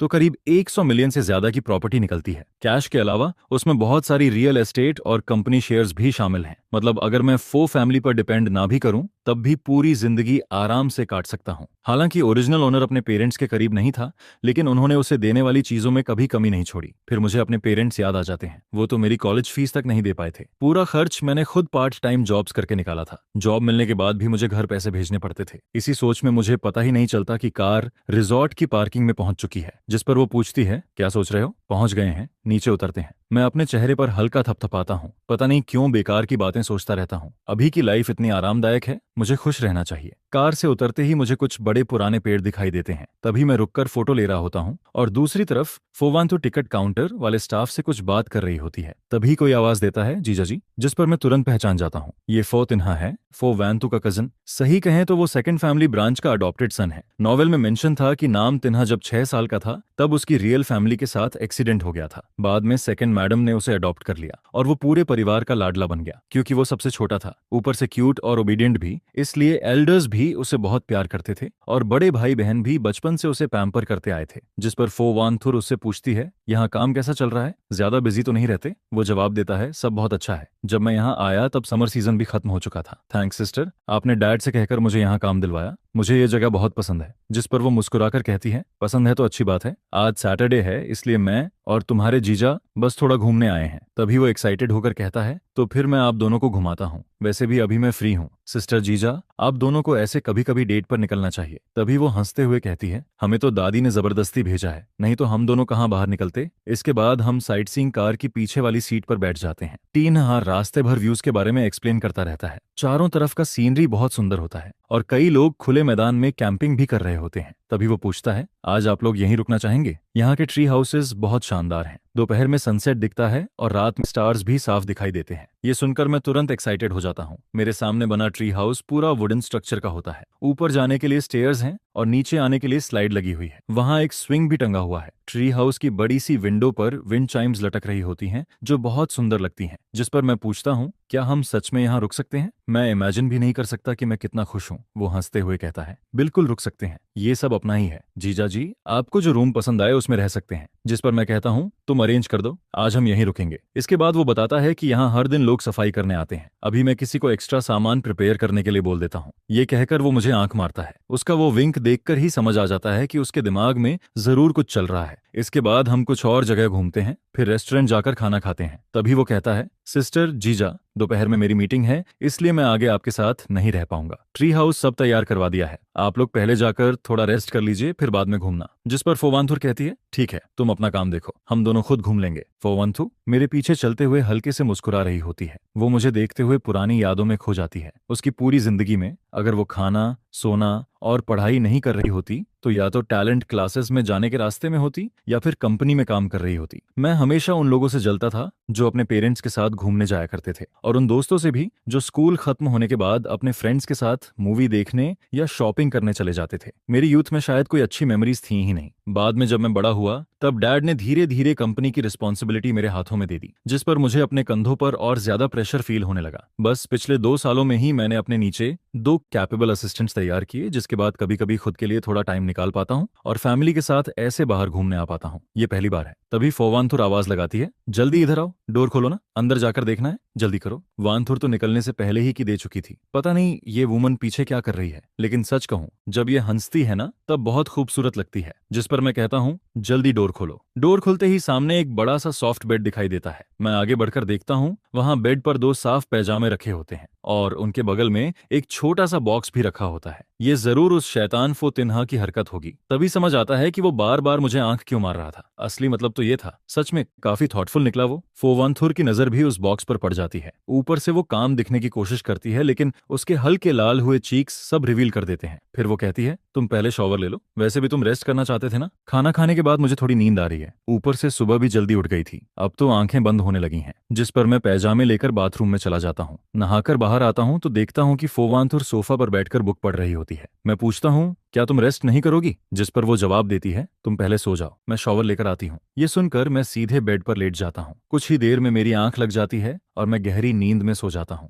बाद में जब फोवांथुर शॉवर लेकर आती है तो वो भी मेरे बगल में लेट जाती है। तभी अचानक मैं नींद में पलटता हूँ और लगभग अपना हाथ उसके ऊपर रख देता हूँ, जिस पर वो हल्के से सांस छोड़ती है। फिर उठकर वापस सोफा पर जाकर का बुक पढ़ने लगती है। जब मेरी आंख खुलती है तब मैं खुद को बेड के दूसरी तरफ पाता हूँ। मैं तुरंत फोवांथु की तरफ देखता हूँ। तभी वो भी आंखें खोल देती हैं। जिस पर मैं पूछता हूँ, क्या मैं ज्यादा जगह घेर रहा था इसलिए तुम सो नहीं पाई? अगर चाहो तो मैं फोतिनहा से एक और रूम तैयार करने को कह दूं, जिस पर वो कामली जवाब देती है जरूरत नहीं है, ये हाई क्लास मैरिज है। अगर हस्बैंड वाइफ का रिश्ता स्टेबल दिखेगा तो दोनों फैमिलीज के बिजनेस के लिए अच्छा रहेगा, वरना बाहर लोग बातें बनाएंगे और कंपनी के शेयर्स पर भी असर पड़ सकता है, इसलिए बाहर कम से कम थोड़ा ध्यान रखना चाहिए। रात में मैं बेड पर लेटा हुआ आसमान देख रहा होता हूँ, फिर मैं कहता हूँ, वांथु, क्या तुम्हें पता है वो वाला कॉन्स्टलेशन बिग बियर है? आधी नींद में वो जवाब देती है, हाँ पता है। जिस पर मैं एक्साइटेड होकर कहता हूँ, तो मुझे दिखाओ ना। करीब 10 मिनट बाद रिजॉर्ट मैनेजर किसी को टेलीस्कोप लेकर भेज देता है। वो वांतु टेलीस्कोप एडजस्ट करके मुझे बुलाती है। मैं जैसे ही उसमें देखता हूँ मेरी आंखें चमक उठती हैं। ये तो अनबिलीवेबल है, इतना क्लियर दिख रहा है, बहुत सुंदर है। फिर वो मुझे ओरियन कॉन्स्टलेशन दिखाते हुए कहती है, वो 3 स्टार्स जो एक लाइन में हैं वही उसका बेल्ट है। जिस पर मैं धीरे से कहता हूँ, वांथु थैंक यू, आज मैंने सबसे खूबसूरत स्टारी स्काई देखा है, और सच कहूँ तुम भी बहुत खूबसूरत हो। अगले दिन फोतिनहा मुझे ब्रेकफास्ट के लिए बुलाने आता है। वो लगातार आंख मारते हुए पूछता है, तो कैसा रहा? कल रात मजा आया ना? जिस पर मैं मिल्क का सिप लेते हुए पूछता हूँ, किस बात का मजा? तभी वो ओल्ड लेडी की तरह आंखें झपकाते हुए कहता है, कल रात इतना रोमांटिक व्यू था, छोटा सा हाउस भी परफेक्ट था, तुम दोनों ने कुछ नहीं किया क्या? जो चीजें मैंने प्रिपेयर करवाई थी उनका इस्तेमाल हुआ या नहीं? जिस पर मैं कैजुअली जवाब देता हूँ, कल हम दोनों बहुत थक गए थे, शॉवर लेने के बाद सीधे सो गए। पूरा दिन रिसोर्ट में घूमने के बाद किस में ताकत बचती है, लेकिन असल में मैं बाथरूम में जाकर कोल्ड शॉवर ले रहा था। बाहर आने के बाद मैंने देखा कि फोवंथुर असिस्टेंट के साथ फोन पर बात कर रही थी। फिर वो लैपटॉप खोलकर आधी रात तक काम करती रही और मैं टेलीस्कोप से स्टार्स देखता रहा। ये सुनकर वो हंसते हुए कहता है, अच्छा अच्छा, मैं तो बस तुम दोनों का रिलेशनशिप और वार्म करने की कोशिश कर रहा था, लेकिन मेरे लिए पिछली रात सच में अनफॉरगेटेबल मेमोरी बन गई। रिसोर्ट से वापस आने के बाद फोवांतु मुझसे कहती है, मॉम को उनकी कुछ ओल्ड फ्रेंड्स घूमने ले गई हैं, इसलिए अगले कुछ दिनों तक ओल्ड मैंशन जाने की जरूरत नहीं है। सच में ओल्ड मैडम भी कम नहीं है, हाथ टूटने के बाद भी उनका घूमने का मन नहीं रुकता। मैं 2 दिन घर में पड़ा रहा और अब बोरियत होने लगी। बुक्स पढ़ने और लेसन प्लान्स देखने के अलावा कुछ करने को नहीं था। ओरिजिनल ओनर शायद हमेशा वर्कआउट मेंटेन करता था, लेकिन मुझे तो टेनिस खेलना ज्यादा पसंद है, क्यों मैं ना किसी को साथ खेलने के लिए बुलाऊं? तभी अचानक फोन बजता है। दूसरी तरफ से आवाज आती है, भाई बचाओ, क्या हुआ? बच्चा स्कूल चला गया है, मैं बोर्डम से मर रहा हूँ। अगर और घर में बंद रहा तो सच में फंगस लग जाएगी। उस दिन तुम्हारी घूमने वाली फोटोज देखी थी, जेलसी से पागल हो गया था, लेकिन वीकेंड में बच्चा घर पर था इसलिए कहीं जा नहीं पाया। ये सुनकर मैं हंस देता हूँ। इसका मेंटल स्टेट देखकर लगता ही नहीं कि कोई बड़ी प्रॉब्लम हुई है। सच में जैसे नींद में पड़े इंसान को पिलो मिल जाए। फिर मैं पूछता हूँ, टेनिस खेलने चलेगा? जिस पर वो तुरंत एक्साइटेड होकर कहता है, बिल्कुल, मेरे घर पर प्राइवेट टेनिस कोर्ट है, वहां आराम से खेलेंगे, कोई डिस्टर्ब भी नहीं करेगा, जैसे चाहो वैसे खेलना। मैं भी तुरंत एग्री कर देता हूँ। वैसे भी प्लेस और प्लेइंग पार्टनर दोनों एक साथ मिल गए, और उसका घर भी हमारे घर से ज्यादा दूर नहीं था, कार से सिर्फ आधा घंटा लगता है। बाद में बस अंकल लियो से कह दूंगा मुझे वहां छोड़ दिया करें। मैं पूरे घर में सूटेबल स्पोर्ट्स क्लोथ्स ढूंढता हूँ, लेकिन कुछ नहीं मिलता। तभी समझ आता है कि ओरिजिनल ओनर को स्पोर्ट्स में इंटरेस्ट ही नहीं था, इसलिए उसने कुछ प्रिपेयर नहीं किया। जिस पर मैं अंकल लियो से मॉल चलने को कहता हूँ। वहां जाकर मैं 2 कंफर्टेबल टेनिस आउटफिट्स खरीदता हूँ और फिर उसके घर पहुंचता हूँ। शुरुआत में हम दोनों आराम से खेल रहे होते हैं, तभी वो हंसते हुए कहता है, अभी तो सिर्फ वार्म अप चल रहा है, अब इस मूव को रोक कर दिखाओ, आज खेलकर बहुत मजा आ रहा है। आपात कब बात आ रही है? वैसे तुमने टेनिस किससे सीखी? कोई प्राइवेट कोच था क्या? जिस पर मैं दिमाग में पुरानी मेमोरीज सर्च करता हूँ। ओरिजिनल ओनर कॉलेज में टेनिस क्लब ज्वाइन कर चुका था। उसने कुछ समय ट्रेनिंग भी ली थी, लेकिन उसे इस गेम में ज्यादा इंटरेस्ट नहीं था। हालांकि उसके फैमिली कंडीशंस अच्छे थे, इसलिए प्राइवेट कोच होना कोई स्ट्रेंज बात नहीं लगती। मैं कैजुअली जवाब देता हूँ, कॉलेज में थोड़ा सीखा था। ये सुनकर वो कहता है, लेकिन तुम काफी अच्छा खेलते हो, तुम्हारे मूव्स भी बहुत प्रोफेशनल लग रहे हैं। बाद में तुम्हें वीडियो दिखाऊंगा। जब तुम टेनिस खेलते हो ना तब बहुत हैंडसम लगते हो। असल में यहाँ आने से पहले उसने मुझे मैसेज किया था, भाई क्या मैं तुम्हारा वीडियो बनाकर ऑनलाइन डाल सकता हूँ? और मैंने बिना सोचे हाँ बोल दिया था। इसीलिए जैसे ही मैं उसके घर में एंटर हुआ उसने रिकॉर्डिंग शुरू कर दी। कुछ देर बाद हम रेस्ट करते हैं, शॉवर लेते हैं, कपड़े बदलते हैं और फिर सोफा पे बैठकर वो वीडियो देखते हैं। तभी वो एक्साइटेड होकर कहता है, भाई तुम बिल्कुल एनर्जेटिक कॉलेज स्टूडेंट जैसे लग रहे हो। इसके बाद वो मेरी बॉडी की तारीफ करने लगता है, इन लॉन्ग लेग्स को देखो और ये मसल्स भी। जवान होना सच में कितना अच्छा होता है, और रिच होना उससे भी अच्छा। पैसे हो तो जो चाहो खरीद सकते हो, फ्री टाइम में जिम जा सकते हो, स्विमिंग कर सकते हो, यहाँ तक कि प्राइवेट ट्रेनर भी हायर कर सकते हो। ऐसी बॉडी तो बननी ही थी। फिर मैं हंसते हुए कहता हूँ, लेकिन नामलोई तुम भी काफी हैंडसम हो। तभी नामलोई हंसते हुए कहता है, देखो तो सही तुम कितने मैस्कुलिन लग रहे हो। हाँ हाँ हाँ, इधर आओ, तुम्हें भी ये मैस्कुलिनिटी फील करवाता हूँ। उसी समय बगल में रखा रिकॉर्डिंग डिवाइस अभी भी ऑन होता है और वो हमारी सारी बातें रिकॉर्ड कर रहा होता है। हम लोग के घर खाना खाने के बाद मैं वापस घर लौट आता हूँ। घर आकर मैं दोपहर की नींद लेता हूँ। जब मेरी आंख खुलती है तब फोन के शॉर्ट वीडियो ऐप से नोटिफिकेशन आती है कि मेरे पास 99 से ज्यादा अनरीड मैसेजेस पड़े हैं। मैं ऐप खोलता हूँ तो प्राइवेट मैसेजेस और कमेंट्स इतने ज्यादा होते हैं कि देखना मुश्किल हो जाता है। तभी पता चलता है कि मेरे जाने के बाद नहम लोई ने वीडियो एडिट करके ऑनलाइन अपलोड कर दिया था। उसने मेरा अकाउंट भी टैग किया था। क्या यही होती है मिलियंस फॉलोअर्स वाले इन्फ्लुएंसर की ताकत? क्या मैं सच में फेमस हो गया हूँ? तभी कई लोग मैसेज भेजने लगते हैं, हैंडसम भाई सामने आ जाओ ना, प्लीज डेली लाइव वीडियोस और अपलोड करो, आंखों को सुकून मिल जाएगा, आपकी बॉडी शेप कमाल की है, थोड़ा जिम टिप्स भी शेयर करो ना, भैया उस टेनिस आउटफिट का लिंक मिलेगा क्या? इतने सारे मैसेजेस देखकर मैं खुद भी घबरा जाता हूँ। कुछ लोग पूछ रहे थे कि क्लोथ्स कौन से ब्रांड के हैं, कुछ बोल रहे थे कि वो अपने बॉयफ्रेंड के लिए भी वही खरीदना चाहते हैं। तभी नेहम लोई मुझे मैसेज करता है, भाई वीडियो देखा, तुम फेमस हो गए हो। अभी अकाउंट खोला तो मैं खुद शॉक हो गया, पहली बार इतने सारे इंटरेक्शंस देख रहा हूँ और लोग तुम्हारे क्लॉथ्स तक पूछ रहे हैं उन्हें। फिर वो थोड़ा हेजिटेट करते हुए पूछता है, क्या ये वीडियो तुम्हें परेशान कर रही है? अगर अनकंफर्टेबल लग रहा हो तो मैं डिलीट कर दूं? जिस पर मैं तुरंत जवाब देता हूं, नहीं नहीं, उसकी जरूरत नहीं है। इसके बाद मैं उससे पूछता हूं, अगर मैं फैशन मैचिंग या फिटनेस ब्लॉगर जैसा कंटेंट बनाऊं तो कैसा रहेगा? आजकल शॉर्ट वीडियोस का जमाना है, सच कहूं तो मैं भी इसे ट्राई करना चाहता हूं। जिस पर वो एक्साइटेड होकर कहता है, बिल्कुल कर सकते हो, मैं पहले ही बता रहा हूं, क्या पता हूं, अगर तुम शॉर्ट वीडियोस बनाना शुरू कर दो ना तो थोड़े ही समय में फॉलोअर्स एक्सप्लोड कर जाएंगे। नहम लोई की ये बात सुनकर मुझे भी लगने लगता है कि शायद पॉपुलैरिटी का रास्ता सच में खुल चुका है। उसी समय फो ग्रुप की बॉस फोवांथुर मीटिंग खत्म करके एलिवेटर से बाहर निकलती है। तभी सेक्रेटरी रूम के पास से गुजरते हुए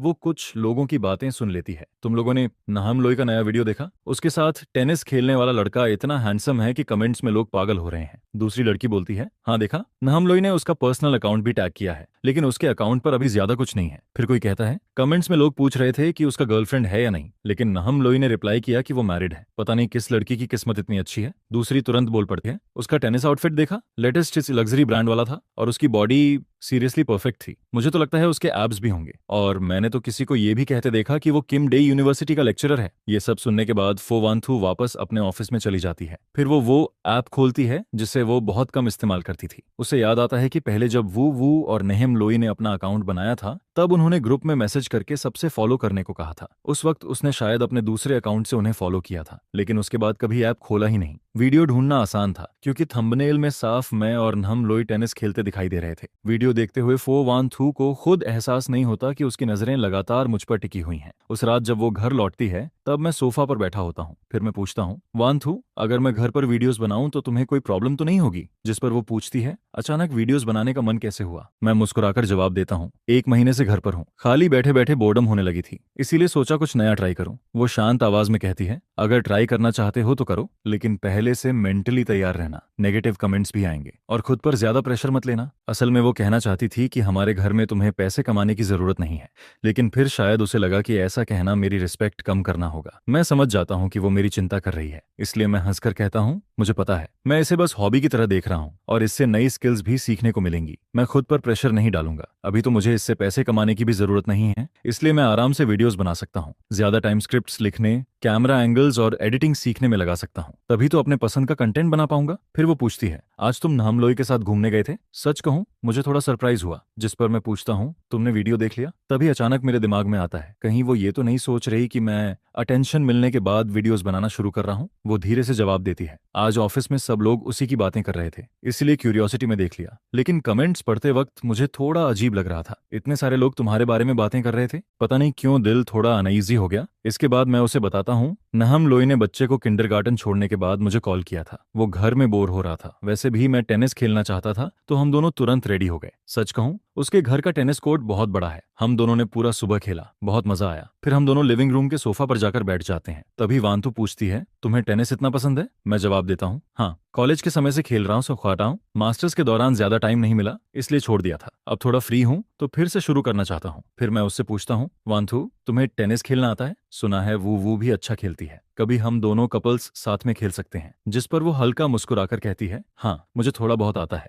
मैं तुरंत कहता हूँ, अगर नहीं भी आता तो कोई बात नहीं, मैं तुम्हें सिखा दूंगा। इसी दौरान नाम लोई द्वारा अपलोड किया गया वीडियो लगातार वायरल होता जा रहा था। जब लोग मेरे प्रोफाइल पर आते हैं तो उन्हें मेरा पहला अपलोडेड वीडियो भी दिखाई देता है। वीडियो अपलोड होने के सिर्फ 2 घंटे में ही व्यूज 1 लाख पार कर जाते हैं, फॉलोअर्स भी तेजी से बढ़ने लगते हैं। जिस पर मैं एक्साइटेड होकर सोचता हूँ, लगता है मैंने पॉपुलैरिटी का असली कोड पकड़ लिया है। अच्छा हुआ जो मैंने 1-on-1 फिटनेस कोच हायर किया था। पहले ट्रेनिंग सेशन के बाद ही मैंने एक वर्कआउट शेयरिंग वीडियो बना लिया। वीडियो में मैं कुछ आसान एक्सरसाइजेस सिखा रहा होता हूँ। ये वीडियो एक प्रोफेशनल जिम रूम में शूट किया गया था। वीडियो शूट और एडिटिंग सीखने के लिए मैंने कुछ ऑनलाइन कोर्सेज भी ज्वाइन किए और ये पूरा प्रोसेस मुझे बहुत अचीवमेंट वाला फील दे रहा था। इसी दौरान एक दिन मुझे लियंगतम का फोन आता है, जो ओरिजिनल ओनर की रियल मदर होती है। वो पूछती है, बेटा अचानक वीडियोस बनाने का कैसे सोच लिया, आजकल काम पर नहीं जा रहे क्या? जिस पर मैं जवाब देता हूँ, मदर इन लॉ ने मुझे 1 महीने की छुट्टी दिलवा दी है। वो थोड़ा शिकायत करते हुए कहती है, पहले तो तुम कहते थे घर बहुत दूर है इसलिए आने की जरूरत नहीं, अब छुट्टी मिली है फिर भी घर वापस आना याद नहीं आया? उनकी बातें सुनकर मेरा दिल थोड़ा भारी हो जाता है। मुझे हमेशा लगता था कि ओरिजिनल ओनर और उसके पेरेंट्स ज्यादा क्लोज नहीं थे, इसलिए ना वो कांटेक्ट करते थे न मैं। लेकिन आज उनकी चिंता भरी आवाज सुनकर मेरे अंदर कुछ बदल जाता है। मैं फैसला करता हूँ कि मैं उनसे मिलने जरूर जाऊंगा। अब जब मैं इस दुनिया में आ ही चुका हूँ तो ओरिजिनल ओनर के पेरेंट्स को भी अपना फैमिली मानना चाहिए। जिस पर वो खुशी से कहती हैं, ठीक है ठीक है, टाइम मिले तो घर आकर कुछ दिन रुक जाना, मॉम तुम्हारे पसंद का खाना बनाएगी। मैं हल्का मुस्कुराकर जवाब देता हूँ, जी मॉम, मुझे पता है। वांतो के घर आने के बाद मैं उसे बता दूंगा। इसके बाद माँ की तरफ से कुछ दिल से निकली हुई बातें सुनने को मिलती हैं, जिस पर पता चलता है कि माँ अपने बेटे को कॉल करती है। वो उसे वीडियो बनाने से रोकना नहीं चाहती है, बस उन्हें डर लगता है कि कहीं वो इन सब नेगेटिव प्रेशर को अकेले हैंडल न करे। हमारे घर ने आज तक कभी जानबूझकर तुम्हारी आइडेंटिटी छुपाने की कोशिश नहीं की है। नेटिजन्स तो बस कुछ ही मिनटों में तुम्हारी सारी इन्फॉर्मेशन जड़ तक निकाल सकते हैं। जिस पर माँ पूछती है कि क्या तुमने इससे डील करने का कोई तरीका सोच लिया है? जिसके जवाब में वो कहता है कि उसे अच्छे से पता है कि उसे क्या करना है। ओरिजिनल ओनर वैसे भी बड़े लोगों की दुनिया का यंग मास्टर था। उसकी आइडेंटिटी में ऐसा कुछ भी नहीं है जिसे लेकर लोग ज्यादा डींग करें, और ना ही कोई स्कैंडल है जिस पर वो सोचता है कि आखिर डरने वाली बात ही क्या है। बल्कि उसने तो ओरिजिनल ओनर के ग्रैंड पेरेंट्स तक की इन्फॉर्मेशन भी खास तौर पर चेक की थी। पूरे फैमिली की 3 पीढ़ियां अच्छे कैरेक्टर वाली रही हैं, और अब के टाइम में तो ट्रैफिक ही किंग है। क्या पता इससे कंपनी को थोड़ा फायदा ही मिल जाए, शायद उसे एक्स्ट्रा डिविडेंड भी मिल जाए। इसके बाद उसके पास ओरिजिनल ओनर के रियल फादर का भी कॉल आता है, जिस पर वो कहते हैं, बेटा वही बात फिर से कहूंगा, जो करना है करो, अगर कोई प्रॉब्लम आए तो सीधे मुझे बताना, मैं सब संभाल लूंगा। यह सुनकर उसे पहली बार ऐसा फील होता है कि चाहे कुछ भी हो जाए उसके पीछे खड़े रहने वाला कोई है। ओरिजिनल ओनर सच में प्यार की कमी वाला इंसान नहीं था। फिर उसका दोस्त उसकी तारीफ करते हुए कहता है, नाइस है भाई, वीडियो काफी अच्छा शूट किया है, तो अब कंपनी के प्रोडक्ट्स प्रमोट कब कर रहा है? जिस पर वो हंसते हुए कहता है, अरे दीदी को मेरी क्या जरूरत पड़ेगी, मेरी थोड़ी बहुत पॉपुलैरिटी की तुलना उन बड़े स्टार्स से कैसे होगी? वो लोग बस एक लाइव स्ट्रीम में करोड़ों की सेल्स कर देते हैं, मैं तो बस मजाक में बोल रहा था। दीदी अगर मुझे सपोर्ट करती है तो वो सिर्फ एक लाइन बोलने भर की बात है। जिस पर सामने वाला कहता है कि उसने ये बात पहले ही उसकी सिस्टर को बता दी है और उसकी सारी इन्फॉर्मेशन भी प्रॉपरली सिक्योर रखी जाएगी। यह सुनकर वो चैन की सांस लेते हुए थैंक यू बोल देता है। इसके बाद शिया युनझो उसे डिनर के लिए बुलाता है, जिस पर वो आन जांग से कहता है कि आज रात शिया युनझो ने उसे बाहर खाने पर बुलाया है, इसीलिए वो घर पर खाना नहीं खाएगा। साथ ही वो कहता है कि युनशु को भी बता देना ताकि वो जल्दी घर लौट आए। फिर दोनों हॉटपॉट रेस्टोरेंट में बैठे होते हैं, जिस पर शिया युनझो कहता है, मैंने स्पाइसी हॉटपॉट और टोमेटो हॉटपॉट दोनों ऑर्डर कर दिए हैं, ये दोनों हमारे फेवरेट हैं। इसके बाद वो उसे गौर से देखते हुए पूछता है, सिर्फ 10-15 दिन नहीं मिले और तेरी आंखों के नीचे डार्क सर्कल्स इतने हैवी कैसे हो गए? जिस पर वो थकी हुई आवाज में कहता है, मत पूछ यार, बच्चा रात भर रोता रहता है। मैं, माँ और नैनी तीनों को शिफ्ट बदल बदल कर रात में उसे संभालना पड़ता है। आजकल मेरी स्लीप पूरी तरह खराब हो चुकी है। आज वाइफ फाइनली बिजनेस ट्रिप से वापस आई है, इसलिए उसे घर पर बच्चे के साथ छोड़कर मैं तुझे बाहर खाने बुला पाया। यह सुनकर वो पूछता है, क्या हर 2 महीने के बच्चे को ऐसा फेज होता है? जिसके जवाब में शिया युनजो कहता है, नहीं, हर बच्चे को नहीं, शायद कुछ बच्चे हाई डिमांड टाइप के होते हैं, लेकिन सुन, मैं और मेरी वाइफ सेकंड चाइल्ड कभी नहीं करेंगे। फिर वो अचानक टॉपिक बदलते हुए पूछता है, वैसे तू आजकल काम पर नहीं जा रहा तो हनीमून ट्रिप जैसा कुछ प्लान क्यों नहीं करता? जिस पर वो कहता है, युनशु की कंपनी में बहुत काम है और मुझे भी लगता है कि अभी कहीं जाना सही नहीं होगा, साथ में रहते हुए थोड़ा ऑकवर्ड फील होता है। यह सुनकर शिया युनजो जोर से हंस पड़ता है, क्या ऑकवर्ड भाई, कहीं ऐसा तो नहीं कि तुम दोनों के बीच अभी तक कुछ हुआ ही नहीं? यह सुनकर वो तुरंत घबरा जाता है और कहता है, अरे ये हॉटपॉट रेस्टोरेंट है, मेरा घर नहीं, कैसी बातें कर रहा है? जिस पर शिया युनजो आराम से कहता है, रिलैक्स, यहाँ कौन हमारी बातें सुन रहा है, लेकिन सच बोलूं तो ऐसे सेक्सलेस मैरिज में रहना ठीक नहीं है। यह सुनकर वो थोड़ा शर्माते हुए कहता है, इस बारे में मैं बस इतना कह सकता हूँ कि हम किस कर चुके हैं। फिर वो बताता है कि इन दिनों युनशु खाना खाने के बाद सीधे स्टडी रूम में चली जाती है और जब तक वो बेडरूम में लौटती है तब तक वो खुद सो चुका होता है। रिसोर्ट से वापस आने के बाद से उसे ऐसा लग रहा है कि युनशु जानबूझकर उससे दूरी बना रही है। जिस पर शिया युनजो कहता है, ये कैसे हो सकता है? वो खाना खाकर स्टडी रूम में जाती है तो तू उसका इंतजार नहीं कर सकता? लेकिन वो बात टालते हुए कहता है, छोड़ना, अब खाना खाते हैं। इसके बाद वो घर लौट आता है, जिस पर सर्वेंट उसे देखकर कहती है, यंग मास्टर वापस आ गए। फिर वो बताती है कि ये कॉफी मैडम युनशु के लिए है। ये सुनकर वो पूछता है, इतनी रात में भी कॉफी? जिस पर सर्वेंट बताती है कि मैडम ने खुद प्रिपेयर करने को कहा है, शायद आज इंटरनेशनल मीटिंग है इसलिए देर तक काम करना पड़ेगा। फिर सर्वेंट उससे कहती है कि वो कॉफी ऊपर पहुंचा दे, लेकिन वो खुद कॉफी हटाकर युनशु के लिए वार्म मिल्क तैयार करता है। इसके बाद वो उसके स्टडी रूम में जाता है और कहता है, मिल्क पी लो और थोड़ा रेस्ट कर लो। जिस पर युनशु पूछती है, माँ वापस आ गई? वो कहता है, हाँ अभी आया हूँ। नीचे आन जान कॉफी लेकर जा रही थी, लेकिन मुझे लगा रात में कॉफी कम पीनी चाहिए, इसलिए मैंने इसे मिल्क से रिप्लेस कर दिया। यह सुनकर युनशु मुस्कुरा देती है और कहती है, थैंक यू, तुम सच में बहुत थॉटफुल हो। फिर वो पूछती है, केक खाओगे मेरे साथ? जिस पर वो हैरान होकर पूछता है, केक कहाँ से आया? युनशु बताती है कि रास्ते में बेकरी दिखी तो उसने कैजुअली खरीद लिया। नीचे वाले फ्रिज में तो सिर्फ इंग्रेडिएंट्स भरे पड़े रहते हैं, इसलिए वो केक ऊपर ले आई। ये सुनकर वो हंसते हुए कहता है कि इस फ्रिज में पहली बार केक रखा गया है, वरना इसमें हमेशा ड्रिंक्स ही रहती थीं। इसके बाद युनशु कहती है कि आज अचानक उसका मन हुआ कि वो उसके साथ केक खाए। जिस पर वो मुस्कुराते हुए कहता है, तो फिर मुझे जेंटलमैन बनकर तुम्हारा साथ देना ही पड़ेगा। आज जिम में जो मेहनत की थी वो सब बेकार चली जाएगी। यह सुनकर युनशु पूछती है, तो खाओगे या नहीं? जिसके जवाब में वो कहता है, खाऊंगा, पहले तुम खाओ। फिर वो केक टेस्ट करते हुए कहता है, सच में बहुत टेस्टी है। पता नहीं केक अच्छा है या इसलिए अच्छा लग रहा है क्योंकि तुम मुझे खुद खिला रही हो। इसके बाद वो टेबल साफ करने के लिए उठ जाता है और युनशु से कहता है कि उसने सुना है उसकी मीटिंग शुरू होने वाली है, इसलिए वो उसे डिस्टर्ब नहीं करेगा। लेकिन तभी अचानक एक कॉल आता है, जिस पर युनशु का एक्सप्रेशन तुरंत बदल जाता है और वो कहती है, क्या? मैं अभी पहुंचती हूँ। यह देखकर वो पूछता है, क्या हुआ? जिसके जवाब में युनशु बताती है कि फू नियानैन ने देर रात किसी को मार दिया है और अभी पुलिस स्टेशन में है। इसके बाद वो अपनी असिस्टेंट से कहती है कि आज की इंटरनेशनल मीटिंग ली क्वाओ हैंडल करेगा। फिर वो उससे कहती है कि वो चिंता न करे और जल्दी सो जाए, उसे इंतजार करने की जरूरत नहीं है। जिस पर वो भी उसे रास्ते में केयरफुल रहने को कहता है, लेकिन उसके जाने के बाद भी उसे नींद नहीं आती, क्योंकि फू नियानैन सेकंड मैडम की बेटी और युनशु की कजन है, साथ ही ओरिजिनल स्टोरी की फ्यूचर हायर भी, और अब तक वो उससे कभी मिला भी नहीं था।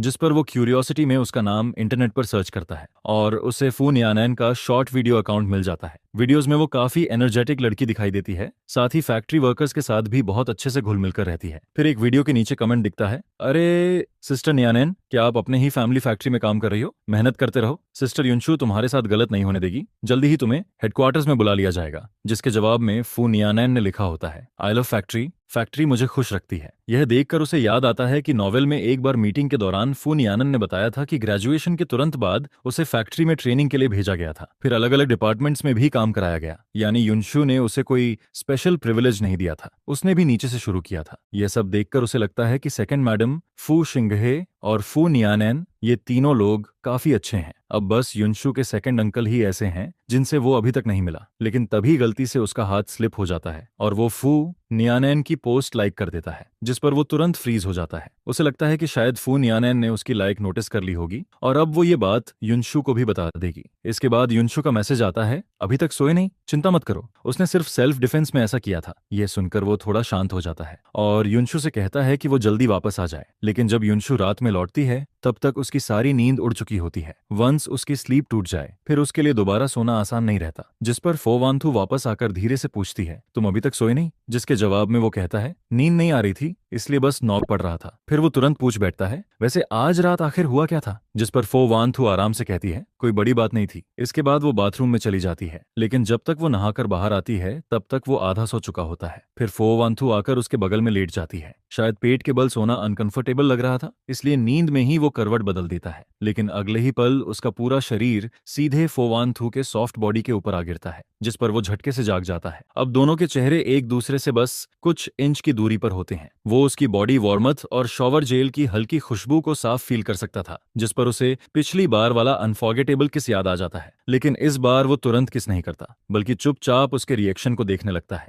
धीरे धीरे फो वांथुर का चेहरा लाल होने लगता है। यह देखकर उसका हार्ट बीट भी तेज हो जाता है। फिर दोनों बस एक दूसरे को देखते रहते हैं और कमरे का एटमॉस्फेयर धीरे धीरे रोमांटिक और एम्बिगियस होने लगता है, जिस पर वो धीरे से उसके करीब आता है और उसके लिप्स पर हल्का सा किस कर देता है। इसके बाद अगली सुबह जब उसकी आंख खुलती है तब तक उसके बगल में सो रही वुमन जा चुकी होती है। वो फोन उठाकर टाइम देखता है और सुबह के 10 बज चुके होते हैं। फिर उसे फो वांथू का मैसेज दिखता है, मैं ऑफिस जा रही हूँ, जिस पर उसके चेहरे पर हल्की स्माइल आ जाती है। वो रिप्लाई करने ही वाला होता है कि तभी उसकी मदर इन लॉ का वीडियो कॉल आ जाता है, जिस पर वो तुरंत कॉल उठाकर कहता है, गुड मॉर्निंग मॉम। यह सुनकर वो हंसते हुए कहती हैं, अरे मैंने कहीं तुम्हारी नींद तो खराब नहीं कर दी? जिसके जवाब में वो कहता है, नहीं मॉम, मैं भी अभी अभी उठा हूँ। फिर वो पूछता है, आप घर वापस आ गई? जिस पर वो कहती हैं, हाँ आज सुबह ही पहुंची हूँ, दोपहर में यहाँ आ जाना, मैं तुम दोनों के लिए बहुत सारे गिफ्ट्स लाई हूँ। जिस पर वो तुरंत हामी भर देता है। इसके बाद जब वो पुराने घर के कोर्टयार्ड में पहुंचता है, तब वो देखता है कि उसकी मदर इन लॉ किसी आदमी से बात कर रही हैं। पास जाकर देखने पर उसे पता चलता है कि वो आदमी फोवानथू का सेकंड अंकल है। जिस पर वो पोलिटली ग्रीट करता है। फिर सेकंड अंकल कहते हैं, सुना था तुम्हारी माँ वापस आ गई हैं, इसलिए लिन सिटी लौटने से पहले मिलने आ गया। इसके बाद वो उससे पूछते हैं, आज तुम काम पर नहीं गए? जिस पर उसकी मदर इन लॉ हंसते हुए कहती हैं, अरे अभी अभी तो दोनों की शादी हुई है, इसलिए मैंने सोचा थोड़ा छुट्टी दे दूं। हनीमून पर जाने का भी प्लान था, लेकिन मेरा हाथ टूट गया, इसलिए दोनों मेरे पास रुक गए। यह सुनकर सेकंड अंकल कहते हैं, वैसे भी छुट्टी ले ही रखी है तो घर पर आराम करना बुरा नहीं है, बाद में स्कूल वापस जाकर पढ़ाना शुरू करेगा तो काफी बिजी हो जाएगा। फिर वो अपने बेटे का जिक्र करते हुए कहते हैं, हमारे टीना हा का भी यही हाल है, काम शुरू करो तो फिर एंजॉय करने का टाइम ही नहीं मिलता, रोज इतना बिजी रहता है कि हालत खराब हो जाती है। इसके बाद वो जाने लगते हैं। जिस पर वो कहता है, सेकंड अंकल मैं आपको बाहर तक छोड़ देता हूँ। रास्ते में सेकंड अंकल उससे पूछते हैं, सुना है तुम ऑडिटिंग मेजर पढ़ाते हो? जिसके जवाब में वो कहता है, जी सही सुना आपने। जिस पर सेकंड अंकल कहते हैं, ये फील्ड काफी प्रॉमिसिंग है, तुमने कभी अकाउंटिंग फर्म्स ज्वाइन करने के बारे में नहीं सोचा? कुछ फर्म्स तो इतनी अच्छी हैं कि तुम आराम से चूज कर सकते हो। यह सुनकर वो हल्का मुस्कुरा देता है और कहता है, आप मजाक कर रहे हैं, मैं इतना कैपेबल कहाँ हूं, और वैसे भी अकाउंटिंग फर्म्स में बहुत वर्कलोड होता है, मैं थोड़ा स्टेबल और आराम वाला काम चाहता हूँ। हालांकि उसके मन में आता है कि पिछले लाइफ में उसका सबसे बड़ा सपना बिग फोर फर्म्स में जाना था, लेकिन वो इंटर्नशिप तक हासिल नहीं कर पाया था और उसे अच्छे से पता था कि उन बड़ी फर्म्स में कितना प्रेशर होता है। जिस पर वो आगे कहता है,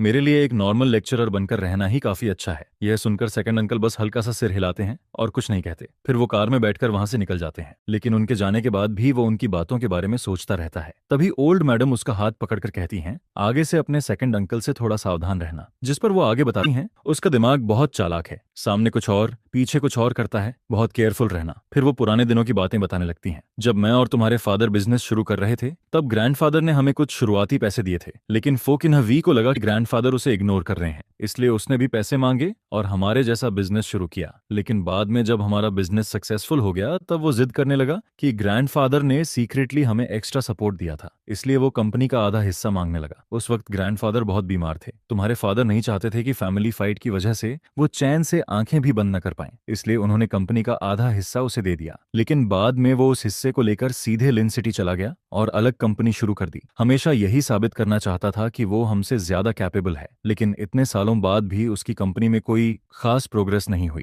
आज वो यहाँ सिर्फ इसलिए आया था ताकि मेरे थ्रू वानथू पर प्रेशर डाल सके और कुछ प्रोजेक्ट्स अपने लिए ले सके। यह सुनकर उसे भी समझ आ जाता है कि यह आदमी बाहर से काम दिखता है, लेकिन अंदर से काफी नैरो माइंडेड और कैलकुलेटिंग है। फिर ओल्ड मैडम आगे कहती हैं, पहले वो टीन हा को भी फो ग्रुप हेडक्वार्टर्स में भेजना चाहता था, लेकिन टीन हा खुद वहां काम नहीं करना चाहता था, इसलिए वानथू ने उसे टूरिज्म एरिया में काम दिलवा दिया। अभी उसकी बातों में भी हिडन कंप्लेन थी। वो इनडायरेक्टली ब्लेम कर रहा था कि वानथू ने उसके बेटे को हेडक्वार्टर्स में जगह नहीं दी। जब नयानैन ने ग्रेजुएशन के बाद फैक्ट्री से ट्रेनिंग शुरू की थी, तब भी वो लगातार कंप्लेन करता रहता था। उसका हिसाब किताब वाला नेचर तो इतना एनोइंग है कि मैं अब उसके बारे में बोलना भी नहीं चाहती। इसके बाद वो टॉपिक खत्म करते हुए कहती हैं, बस इतना याद रखना कि तुम्हें अंदर से समझदार रहना है। फिर वो अचानक खुश होकर कहती हैं, मेरी एक फ्रेंड का बेटा ऑक्शन हाउस में काम करता है, कल मैं एक ऑक्शन में गई थी और वहां से कुछ चीजें खरीदी हैं, चलो बॉक्स खोलकर देखो। जिस पर वो बॉक्स खोलता है, अंदर काफी एक्सपेंसिव कलेक्टिबल्स रखे होते हैं। फिर ओल्ड मैडम कहती हैं, इन्हें संभाल कर रखना, मौका मिले तो यूज करना, नहीं तो कलेक्शन बनाकर रख देना, ये सब काफी वैल्यूएबल है। यह देखकर उसे साफ समझ आ जाता है कि ओल्ड मैडम सच में उससे बहुत प्यार करती हैं। फिर वो प्यार से कहती हैं, मुझे पता है तुम अच्छे और समझदार बच्चे हो, लेकिन पूरे दिन मेरे साथ मत बैठे रहा करो, तुम्हारा जो काम है वो करो। जिस पर वो मुस्कुराकर कहता है, ठीक है मॉम, मैं चलता हूँ, आप अच्छे से रेस्ट कीजिए, कल फिर मिलने आऊंगा। इसके बाद वो ड्राइविंग प्रैक्टिस के लिए बाहर निकलता है, क्योंकि वो सोच रहा था कि आगे जाकर खुद कार चलाकर काम पर जाएगा। लेकिन घर से थोड़ी ही दूर पहुंचा होता है कि अचानक पीछे से कोई उसकी कार में टक्कर मार देता है। जिस पर वो गुस्से में बाहर निकलकर कहता है, तुम गाड़ी चलाना जानते भी हो या नहीं? लेकिन दूसरी कार से एक लड़की बाहर निकलती है और फ्लर्ट करते हुए कहती है, हेलो हैंडसम, वीचैट दे दो ना, हम प्राइवेट चैट में बात कर लेंगे, कार रिपेयर का जितना पैसा लगेगा मैं दे दूंगी। लेकिन वो उसकी बातों पर बिल्कुल ध्यान नहीं देता। वो सीधे जाकर कार चेक करता है और देखता है कि पीछे बम्पर दब गया है। जिस पर वो ठंडे चेहरे से कहता है, कोई प्राइवेट चैट नहीं होगा, मैं पुलिस को कॉल कर रहा हूँ। उसे साफ पता था कि ऐसे प्राइवेट सेटलमेंट बाद में और बड़ी प्रॉब्लम्स खड़ी कर सकते हैं।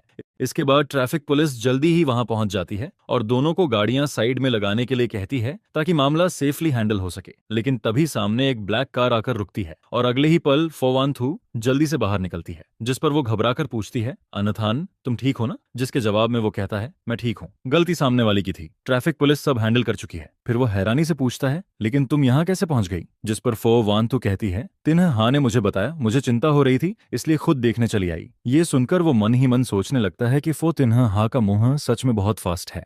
उसने तो बस कैजुअली उसे मैसेज में एक्सीडेंट का जिक्र किया था, लेकिन उसने तुरंत सारी बात फो वान थू को बता दी। जिस पर वो कहता है, कोई बड़ी बात नहीं हुई है, तुम्हें इतनी जल्दी भाग कर आने की जरूरत नहीं थी, मैं खुद हैंडल कर सकता था। जिस पर फो वान थू सीधे कहती है, तुम मेरी कार लेकर वापस जाओ, बाकी का मामला बटर जो हैंडल कर लेंगे। इसके बाद ट्रैफिक पुलिस दोनों को रिपोर्ट पेपर देकर मामला खत्म कर देती है। फिर वो नोटिस करता है कि फो वान थू का एक्सप्रेशन थोड़ा सीरियस है। जिस पर वो पूछता है, क्या हुआ? जिसके जवाब में वो कहती है, आगे से अंकल लियू ही तुम्हें पिक ऑन ड्रॉप करेंगे, तुम्हें खुद ड्राइव करते देख मुझे बिल्कुल भी पीस नहीं मिलता। यह सुनकर वो अंदर ही अंदर थोड़ा इमोशनल हो जाता है, क्योंकि उसे साफ महसूस होता है कि फो वान थुर सच में उसकी बहुत केयर करती है। फिर वो मन ही मन सोचता है कि उसकी ड्राइविंग स्किल वैसे भी खास नहीं है, अपनी छोटी सी जान की सेफ्टी के लिए शायद अब खुद ड्राइव न करना ही बेहतर रहेगा। जिस पर वो मुस्कुराकर कहता है, ठीक है, मुझे समझ आ गया। इसके बाद फिर एक वीकेंड आता है। पिछली बार माँ के कॉल के बाद उसने और फो वान थू ने साथ में हाईथुंग जाकर फैमिली से मिलने का प्लान बनाया था। दोनों ने काफी सारे एक्सपेंसिव गिफ्ट्स भी तैयार किए थे। सबसे पहले वो अपनी मैटरनल फैमिली के घर पहुंचते हैं, लेकिन कोर्टयार्ड में कदम रखते ही उन्हें एक लड़की की लाउड आवाज सुनाई देती है, प्लीज मेरा कार्ड अनलॉक कर दो ना, मुझे सच में अपनी गलती का एहसास हो गया है, आगे से ऐसा नहीं करूंगी। जिस पर उसे याद आता है कि ये कॉप किम निगियन है, ओरिजिनल ओनर की बायोलॉजिकल मदर और स्टेप फादर की बेटी। अभी वो 10th क्लास में पढ़ती है और उसका नेचर काफी रिबेलियस है। उसे याद आता है कि पहले इस लड़की ने उससे पैसे मांगे थे, उसने उसे 5000 युआन ट्रांसफर किए थे, लेकिन उसने उसे भी कम बता दिया। जिस पर उसने दोबारा पैसे भेजने से मना कर दिया था और कहा था कि जाकर अपने फादर से मांगो। अब वो सोचने लगता है कि इस बार आखिर उसने कौन सी ट्रबल क्रिएट कर दी है। तभी सर्वेंट अंदर आकर अनाउंस करता है, मास्टर और यंग मैडम आ गए हैं। यह सुनते ही उसके स्टेप फादर खुश होकर कहते हैं, अरे अंथान और वानथू आ गए। फिर वो कहते हैं, तुम्हारी माँ ब्यूटी ट्रीटमेंट के लिए बाहर गई है, मैं उसे अभी कॉल करके वापस बुलाता हूँ। लेकिन तभी किम नियन मुंह बनाते हुए कंप्लेन करती है, डैड आप कितने बायस्ड हैं, मैं वापस आती हूँ तो आपका चेहरा चिड़चिड़ा रहता है, लेकिन भाई आते ही आप फूल की तरह खिल जाते हो, जबकि रियल डॉटर तो मैं हूँ। जिस पर उसके स्टेप फादर बिना छुपाए कह देते हैं, हाँ मैं बायस्ड हूँ, अगर तुम अपने भाई जितनी समझदार होती तो मैं भी तुम्हारे साथ हंसकर बात करता। यह सुनकर किम नियन तुरंत फोवानथू के पास जाकर बोलती है, सिस्टर इन लॉ मेरी थोड़ी मदद कर दो ना। जिस पर फोवानथू पूछती है, कैसी मदद? फिर वो बड़ी मासूम शक्ल बनाकर कहती है, बस थोड़ा पॉकेट मनी रिचार्ज कर दो। ये सुनते ही फोवान थुर कैजुअली फोन उठाती है। अगले ही पल नोटिफिकेशन आता है, account credited with 1 lakh yuan. यह देखकर उसके स्टेपफादर शॉक हो जाते हैं, ये क्या है, किसने तुम्हें 1 लाख ट्रांसफर किए? जिस पर किम नियन खुशी से चिल्लाती है, सिस्टर इन लॉ ने दिए हैं। और अगले ही पल वो भागते हुए कहती है, dad brother sister in law school में काम है, मैं पहले जा रही हूँ। उसके जाते ही उसके स्टेपफादर सिर पकड़ लेते हैं और कहते हैं, पता नहीं इस बार फिर कौन सी प्रॉब्लम खड़ी की होगी, सुना है ये स्कूल में ग्रेड डायरेक्टर तक से बहस कर रही थी, इसकी क्लासमेट की माँ ने तुम्हारी मॉम को ये सब बताया। ये लड़की रोज बस ट्रबल क्रिएट करना ही जानती है, लगता है मंडे को फिर मुझे जाकर उसके ग्रेड डायरेक्टर से अपॉलॉजी मांगनी पड़ेगी। इसी दौरान उसकी मदर भी वापस आ जाती है और उसे देखकर वो एक पल के लिए रुक जाता है, क्योंकि उसकी माँ इतनी खूबसूरत लग रही थी कि कोई ये बिलीव ही नहीं कर सकता था कि उनकी उम्र 50 से ऊपर है। फिर वो प्यार से कहती हैं, मुझे लगा था तुम लोग थोड़ा लेट पहुंचोगे। जिस पर वो जवाब देता है, फ्लाइट आधा घंटा पहले लैंड हो गई थी इसलिए जल्दी आ गए। इसके बाद उसकी माँ एक्साइटेड होकर कहती हैं, मैं तुम्हारे लिए कुछ चीजें लाई हूँ, चलो मेरे साथ देख कर आओ। वानथू तुम तब तक यहाँ उसके फादर के साथ बैठो। फिर वो उसे कमरे में ले जाकर फ्रेंच शॉपिंग बैग्स दिखाती हैं, ये सब मैंने पिछली फ्रांस ट्रिप में खरीदा था। जिस पर वो पोलाइटली थैंक यू कहता है। यह सुनकर उसकी माँ मुस्कुराने लगती हैं, तुम इतने बड़े हो गए हो लेकिन अभी भी बच्चे जैसे लगते हो, पहले तो तुम्हारे साथ कोई प्रॉब्लम होती थी तब भी तुम फैमिली को कुछ नहीं बताते थे, हमेशा स्टबर्न बने रहते थे। फिर वो अचानक सीरियस होकर पूछती हैं, कहीं वानथू ने तुम्हें हर्ट तो नहीं किया? जिस पर वो तुरंत कहता है, नहीं मॉम,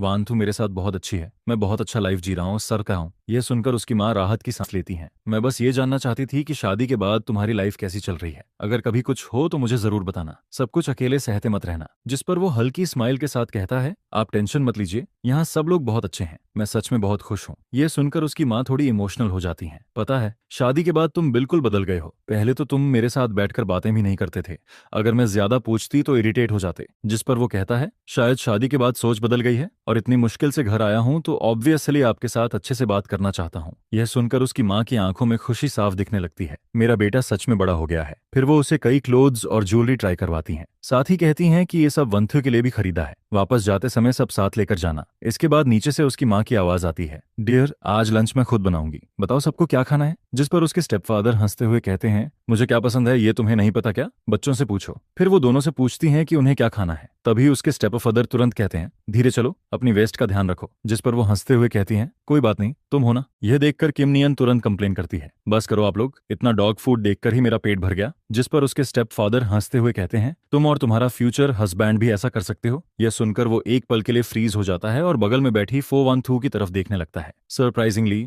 फो वान थू भी उसी वक्त उसकी तरफ देख रही होती है, जिस पर दोनों के बीच का एटमॉस्फेयर थोड़ा ऑकवर्ड लेकिन स्वीट हो जाता है। फिर वो जल्दी से कहता है, मॉम मुझे स्वीट एंड्स और रिब्स और स्टीम्ड फिश खाना है। इसके बाद दोनों पेरेंट्स बातें करते हुए किचन में चले जाते हैं। फिर वो धीरे से फो वान थू से पूछता है, अभी तुम डैड से क्या बात कर रही थी। जिस पर वो कैजुअली कहती है, बस बिजनेस की बातें। लेकिन वो थोड़ा कंफ्यूज्ड होकर पूछता है, हमारी शादी तो सिर्फ वेन और फो फैमिलीज के इंटरेस्ट से जुड़ी है, कॉ फैमिली का बिजनेस से कोई कनेक्शन नहीं है। फिर दोनों के बीच किस बात की डिस्कशन हो रही थी। यह सुनकर फो वान थू थोड़ा सीरियस हो जाती है। डैड ने मुझे सावधान रहने को कहा है। कुछ समय पहले उन्होंने सेकंड अंकल को हाईतान में सीक्रेटली एक सप्लायर से मिलते देखा था। वो सप्लायर हमारे फो ग्रुप की कोर प्रोडक्शन लाइन हैंडल करता है। फिर वो धीमी आवाज में कहती है, ये बात किसी को मत बताना, इससे फो ग्रुप के स्टॉक्स तक अफेक्ट हो सकते हैं। जिस पर वो तुरंत कहता है, तुम चिंता मत करो, मैं किसी को कुछ नहीं बताऊंगा। इसके बाद वो कहता है, वैसे पिछली बार ओल्ड हाउस में मॉम ने भी मुझे सेकंड अंकल से सावधान रहने को कहा था। यह सुनकर फो वान थू कहती है, तुम टेंशन मत लो, मैं इस मैटर की सीक्रेटली इन्वेस्टिगेशन करवाऊंगी। लेकिन तभी उसे अचानक नॉवेल वाला कार एक्सीडेंट याद आ जाता है। जिस पर वो पूछता है, क्या तुम्हारे सेकंड अंकल बिजनेस के लिए इलीगल काम भी कर सकते हैं। यह सुनकर फो वान थू एक पल के लिए चुप हो जाती है। फिर धीरे से कहती है, तो तुमने भी नोटिस कर लिया। इसके बाद वो बताती है, डैड ने उन्हें हाईतान में कोर सप्लायर से सीक्रेटली मिलते देखा था। वो लोग हमारी सबसे इंपॉर्टेंट प्रोडक्शन चेन कंट्रोल करते हैं। और सिर्फ इतना ही नहीं,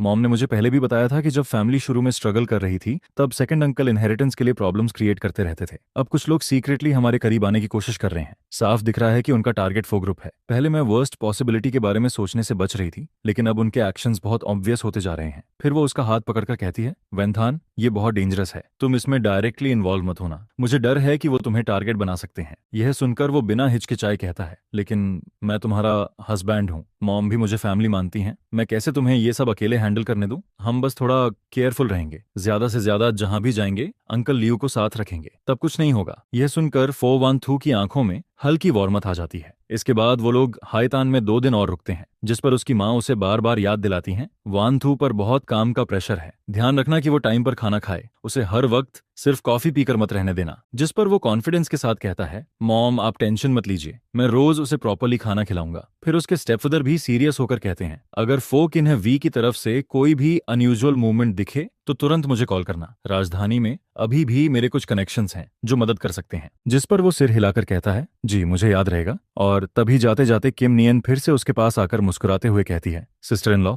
अगली बार वापस आओ तो फिर से मेरा बैलेंस रिचार्ज करना मत भूलना, मैं प्रॉमिस करती हूँ कि इस बार अच्छे से पढ़ाई करूंगी। जिस पर किम नियन तुरंत कहती है, अपनी बात याद रखना, अगर प्रॉमिस तोड़ा ना तो अगली बार पैसे नहीं मिलेंगे। जिसके जवाब में वो जल्दी से कहती है, पक्का प्रॉमिस, इस बार जरूर निभाऊंगी। इसके बाद फो वान थू नोटिस करती है कि वो थोड़ा चुप हो गया है। जिस पर वो पूछती है, क्या हुआ। जिसके जवाब में वो हल्की स्माइल के साथ कहता है, बस यही सोच रहा हूं कि घर की प्रॉब्लम्स की वजह से तुम्हारे पेरेंट्स को भी टेंशन लेनी पड़ रही है। ये सुनकर फो वान थू उसका हाथ पकड़ लेती है और कहती है, हम फैमिली हैं, इसमें तुम्हारा और मेरा क्या अलग, और वैसे भी मेरे पेरेंट्स तो मुझे छोड़कर तुम्हें ज्यादा प्यार करते हैं। जिस पर दोनों सामने देखते हैं, उसके पेरेंट्स खुशी खुशी बातें कर रहे होते हैं। यह देखकर फो वान थू हल्का हंस पड़ती है और कहती है, तुम्हारी स्वीट टॉकिंग स्किल काफी डेंजरस है। इसके बाद दोनों वापस हाईतान लौट आते हैं। जैसे ही वो ओल्ड मैंशन में एंटर करते हैं, उसकी माँ तुरंत खुशी से उसके पास आ जाती हैं। अंथन, आखिर तुम वापस आ गए, जल्दी आओ, मुझे देखने दो तुम पतले तो नहीं हो गए। फिर वो उसके चेहरे को ध्यान से देखते हुए कहती हैं, हाईथन में तुम ठीक से खाना नहीं खाते क्या, तुम्हारा कॉम्प्लेक्शन भी पहले से खराब लग रहा है। जिस पर वो हेल्पलेस होकर हंस देता है, मॉम मैं बिल्कुल भी पतला नहीं हुआ, रोज इतना खाता हूँ कि पेट भर जाता है, बल्कि वान थू ज्यादा बिजी रहती है, आपको उसकी ज्यादा चिंता करनी चाहिए। यह सुनकर उसकी माँ तुरंत फो वान थू की तरफ देखने लगती हैं, तुम भी खुद को इतना मत थकाया करो। फिर वो प्यार से कहती हैं, आज रात किचन में तुम दोनों की फेवरेट डिशेस बनवाऊंगी, अच्छे से न्यूट्रिशन लेना जरूरी है। जिस पर दोनों साथ में जवाब देते हैं, जी मॉम। लेकिन अगले ही पल उसकी माँ का चेहरा अचानक सीरियस हो जाता है। वो फुकी ने भी तुम दोनों को परेशान तो नहीं कर रहा। जिस पर वो कहता है, फिलहाल तो नहीं, लेकिन हमने उसके अकाउंट्स और मूवमेंट्स की इन्वेस्टिगेशन शुरू कर दी है। यह सुनते ही उसकी माँ गुस्से से कहती हैं, इस बार उसे पूरी तरह एक्सपोज करना पड़ेगा। पहले इनहेरिटेंस के टाइम पर मैंने बहुत सहा था, अब वो मेरे सन इन लॉ को हर्ट करने की कोशिश कर रहा है और मेरी बेटी और फो ग्रुप पर भी नजर डाल रहा है। क्या वो फैमिली के लोग सिर्फ डेकोरेशन बनकर रह गए हैं? जिस पर वो जल्दी से उन्हें काम करने की कोशिश करता है। मॉम, आप ज्यादा गुस्सा मत कीजिए, आपकी हेल्थ खराब हो जाएगी। लेकिन वो गहरी सांस लेते हुए कहती हैं, मैं गुस्सा नहीं हूँ, बस ये बात अंदर से बर्दाश्त नहीं हो रही। फिर वो दोनों की तरफ देखते हुए कहती हैं, तुम दोनों आराम से इन्वेस्टिगेशन करो, मैं यहाँ मेन हाउस में रहकर उस आदमी पर नजर रखूंगी, उसे कोई चाल चलने नहीं दूंगी। इसके बाद सिर्फ 3 दिन के अंदर ही फो वान थू की असिस्टेंट सारे एविडेंस कलेक्ट करके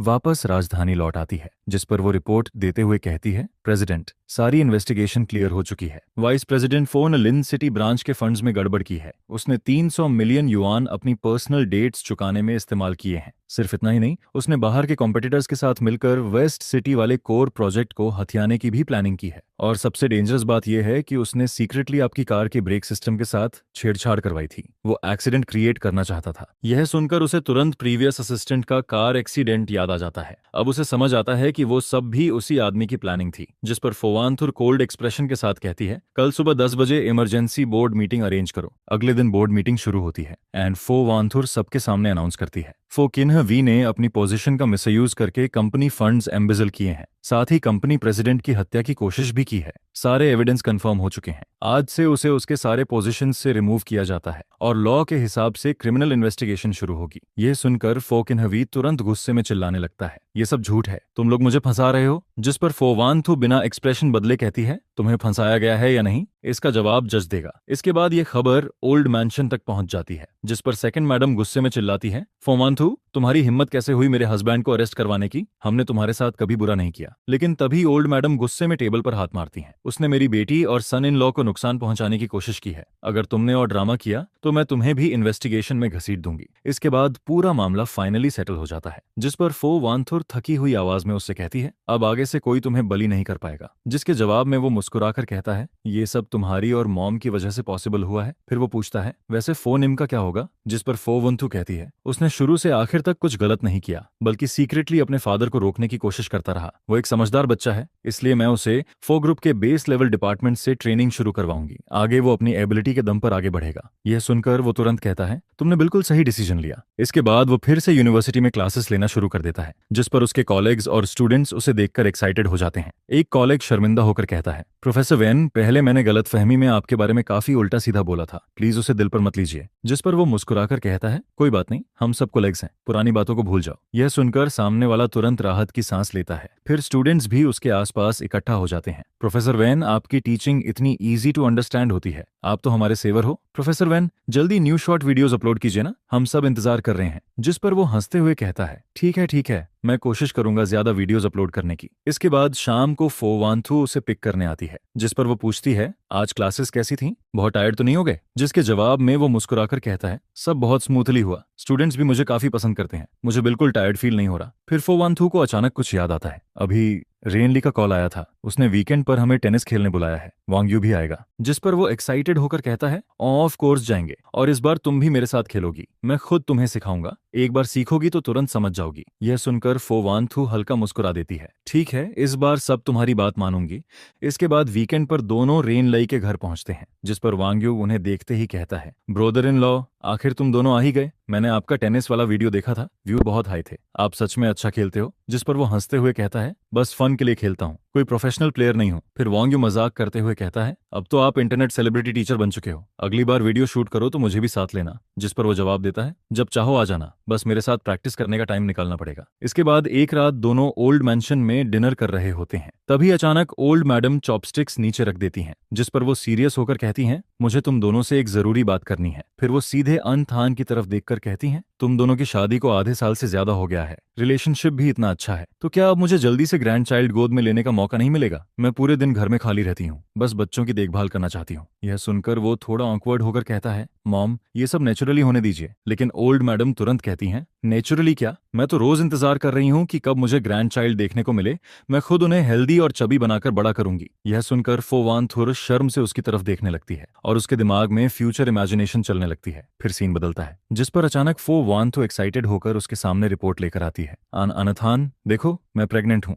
डॉक्टर ने कहा है कि 6 वीक्स हो चुके हैं। यह सुनते ही वो पूरी तरह फ्रीज हो जाता है। फिर अगले ही पल खुशी से उसकी आंखें चमकने लगती हैं। सच में? में मैं फादर बनने वाला हूँ और ओल्ड मैडम भी खुशी से लगभग रो पड़ती हैं। मैं फाइनली ग्रैंड मदर बनने वाली हूँ। इसके बाद मैंशन पूरी तरह एक्साइटमेंट से भर जाता है। वांतु को सॉर फूड चाहिए या स्वीट? किचन जल्दी प्रिपेयर करो। अंथन, तुम भी ध्यान रखना, अगर रात में उसे भूख लगे तो तुरंत किचन बुलाना। फिर एक रात फोवंथु कहती है, अंथन मेरे पैरों में सूजन आ गई है, जिस पर वो तुरंत उसके पास बैठकर कहता है, मैं मसाज कर देता हूँ। यह सुनकर वो धीरे से कहती है, धीरे करना। कभी वो रात में भूख लगने की बात करती है तो वो तुरंत उठकर उसके लिए वोंटन बनाने किचन चला जाता है, जिस पर फो वांथु उससे पूछती है, क्या तुम्हें ये सब ट्रबलसम नहीं लगता? लेकिन वो बिना सोचे जवाब देता है, नेवर, तुम और हमारा बच्चा मेरी जिंदगी का सबसे प्रेशियस ट्रेजर हो। इसके बाद आखिरकार फोवांथु सेफली ट्विंस को जन्म देती है, एक बेबी बॉय जिसकी आंखें बिल्कुल उसकी तरह थीं और एक बेबी गर्ल जो बिल्कुल फोवांथु जैसी लगती थी, इतनी क्यूट जैसे जैड से बनी डॉल हो। जिस पर वो इमोशनल होकर कहता है, देखो इन्हें, ये दोनों हम दोनों जैसे लग रहे हैं। यह सुनकर फोवांथु की आंखों से तुरंत आंसू गिरने लगते हैं। सच में हमारे बच्चे कितने खूबसूरत हैं। इसके बाद ओल्ड मैडम दोनों बेबीज को गोद में लेकर खुशी से कहती हैं, बहुत अच्छा,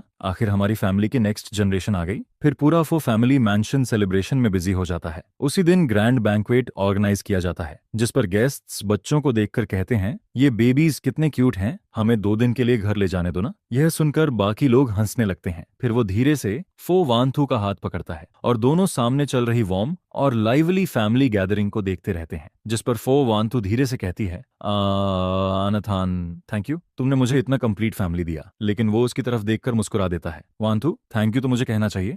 रात गहराने लगती है, जिस पर दोनों बच्चे अपने छोटे से क्रैडल में चैन से सो रहे होते हैं। कमरे में हल्की वार्म लाइट फैली होती है और पूरा माहौल बेहद पीसफुल लग रहा होता है। जिस पर फो वांथु धीरे से उसके कंधे पर सिर रखकर पूछती है, आनथान, क्या हम हमेशा ऐसे ही खुश रहेंगे? यह सुनकर वो बिना एक पल सोचे हल्की स्माइल के साथ कहता है, हाँ हमेशा, इस जिंदगी में ये कभी नहीं बदलेगा। फिर वो दोनों अपने सोते हुए बच्चों को देखते रहते हैं। हेल्दी पेरेंट्स, सुरक्षित और खुश बच्चे और एक दूसरे का साथ, बस यही सिंपल लेकिन सबसे खूबसूरत जिंदगी थी। जिस पर वो मन ही मन सोचता है कि पेरेंट्स हेल्दी रहें, बच्चे सुरक्षित बड़े हों और हम हमेशा एक दूसरे के साथ रहें। एक ऐसी जिंदगी जो शांति, वार्मथ और एंडलेस प्यार से भरी हो, आसमान में चमकते स्टार्स की तरह जेंटल और खूबसूरत। यही तो वो लाइफ है जिसकी उसने हमेशा से चाहत की थी।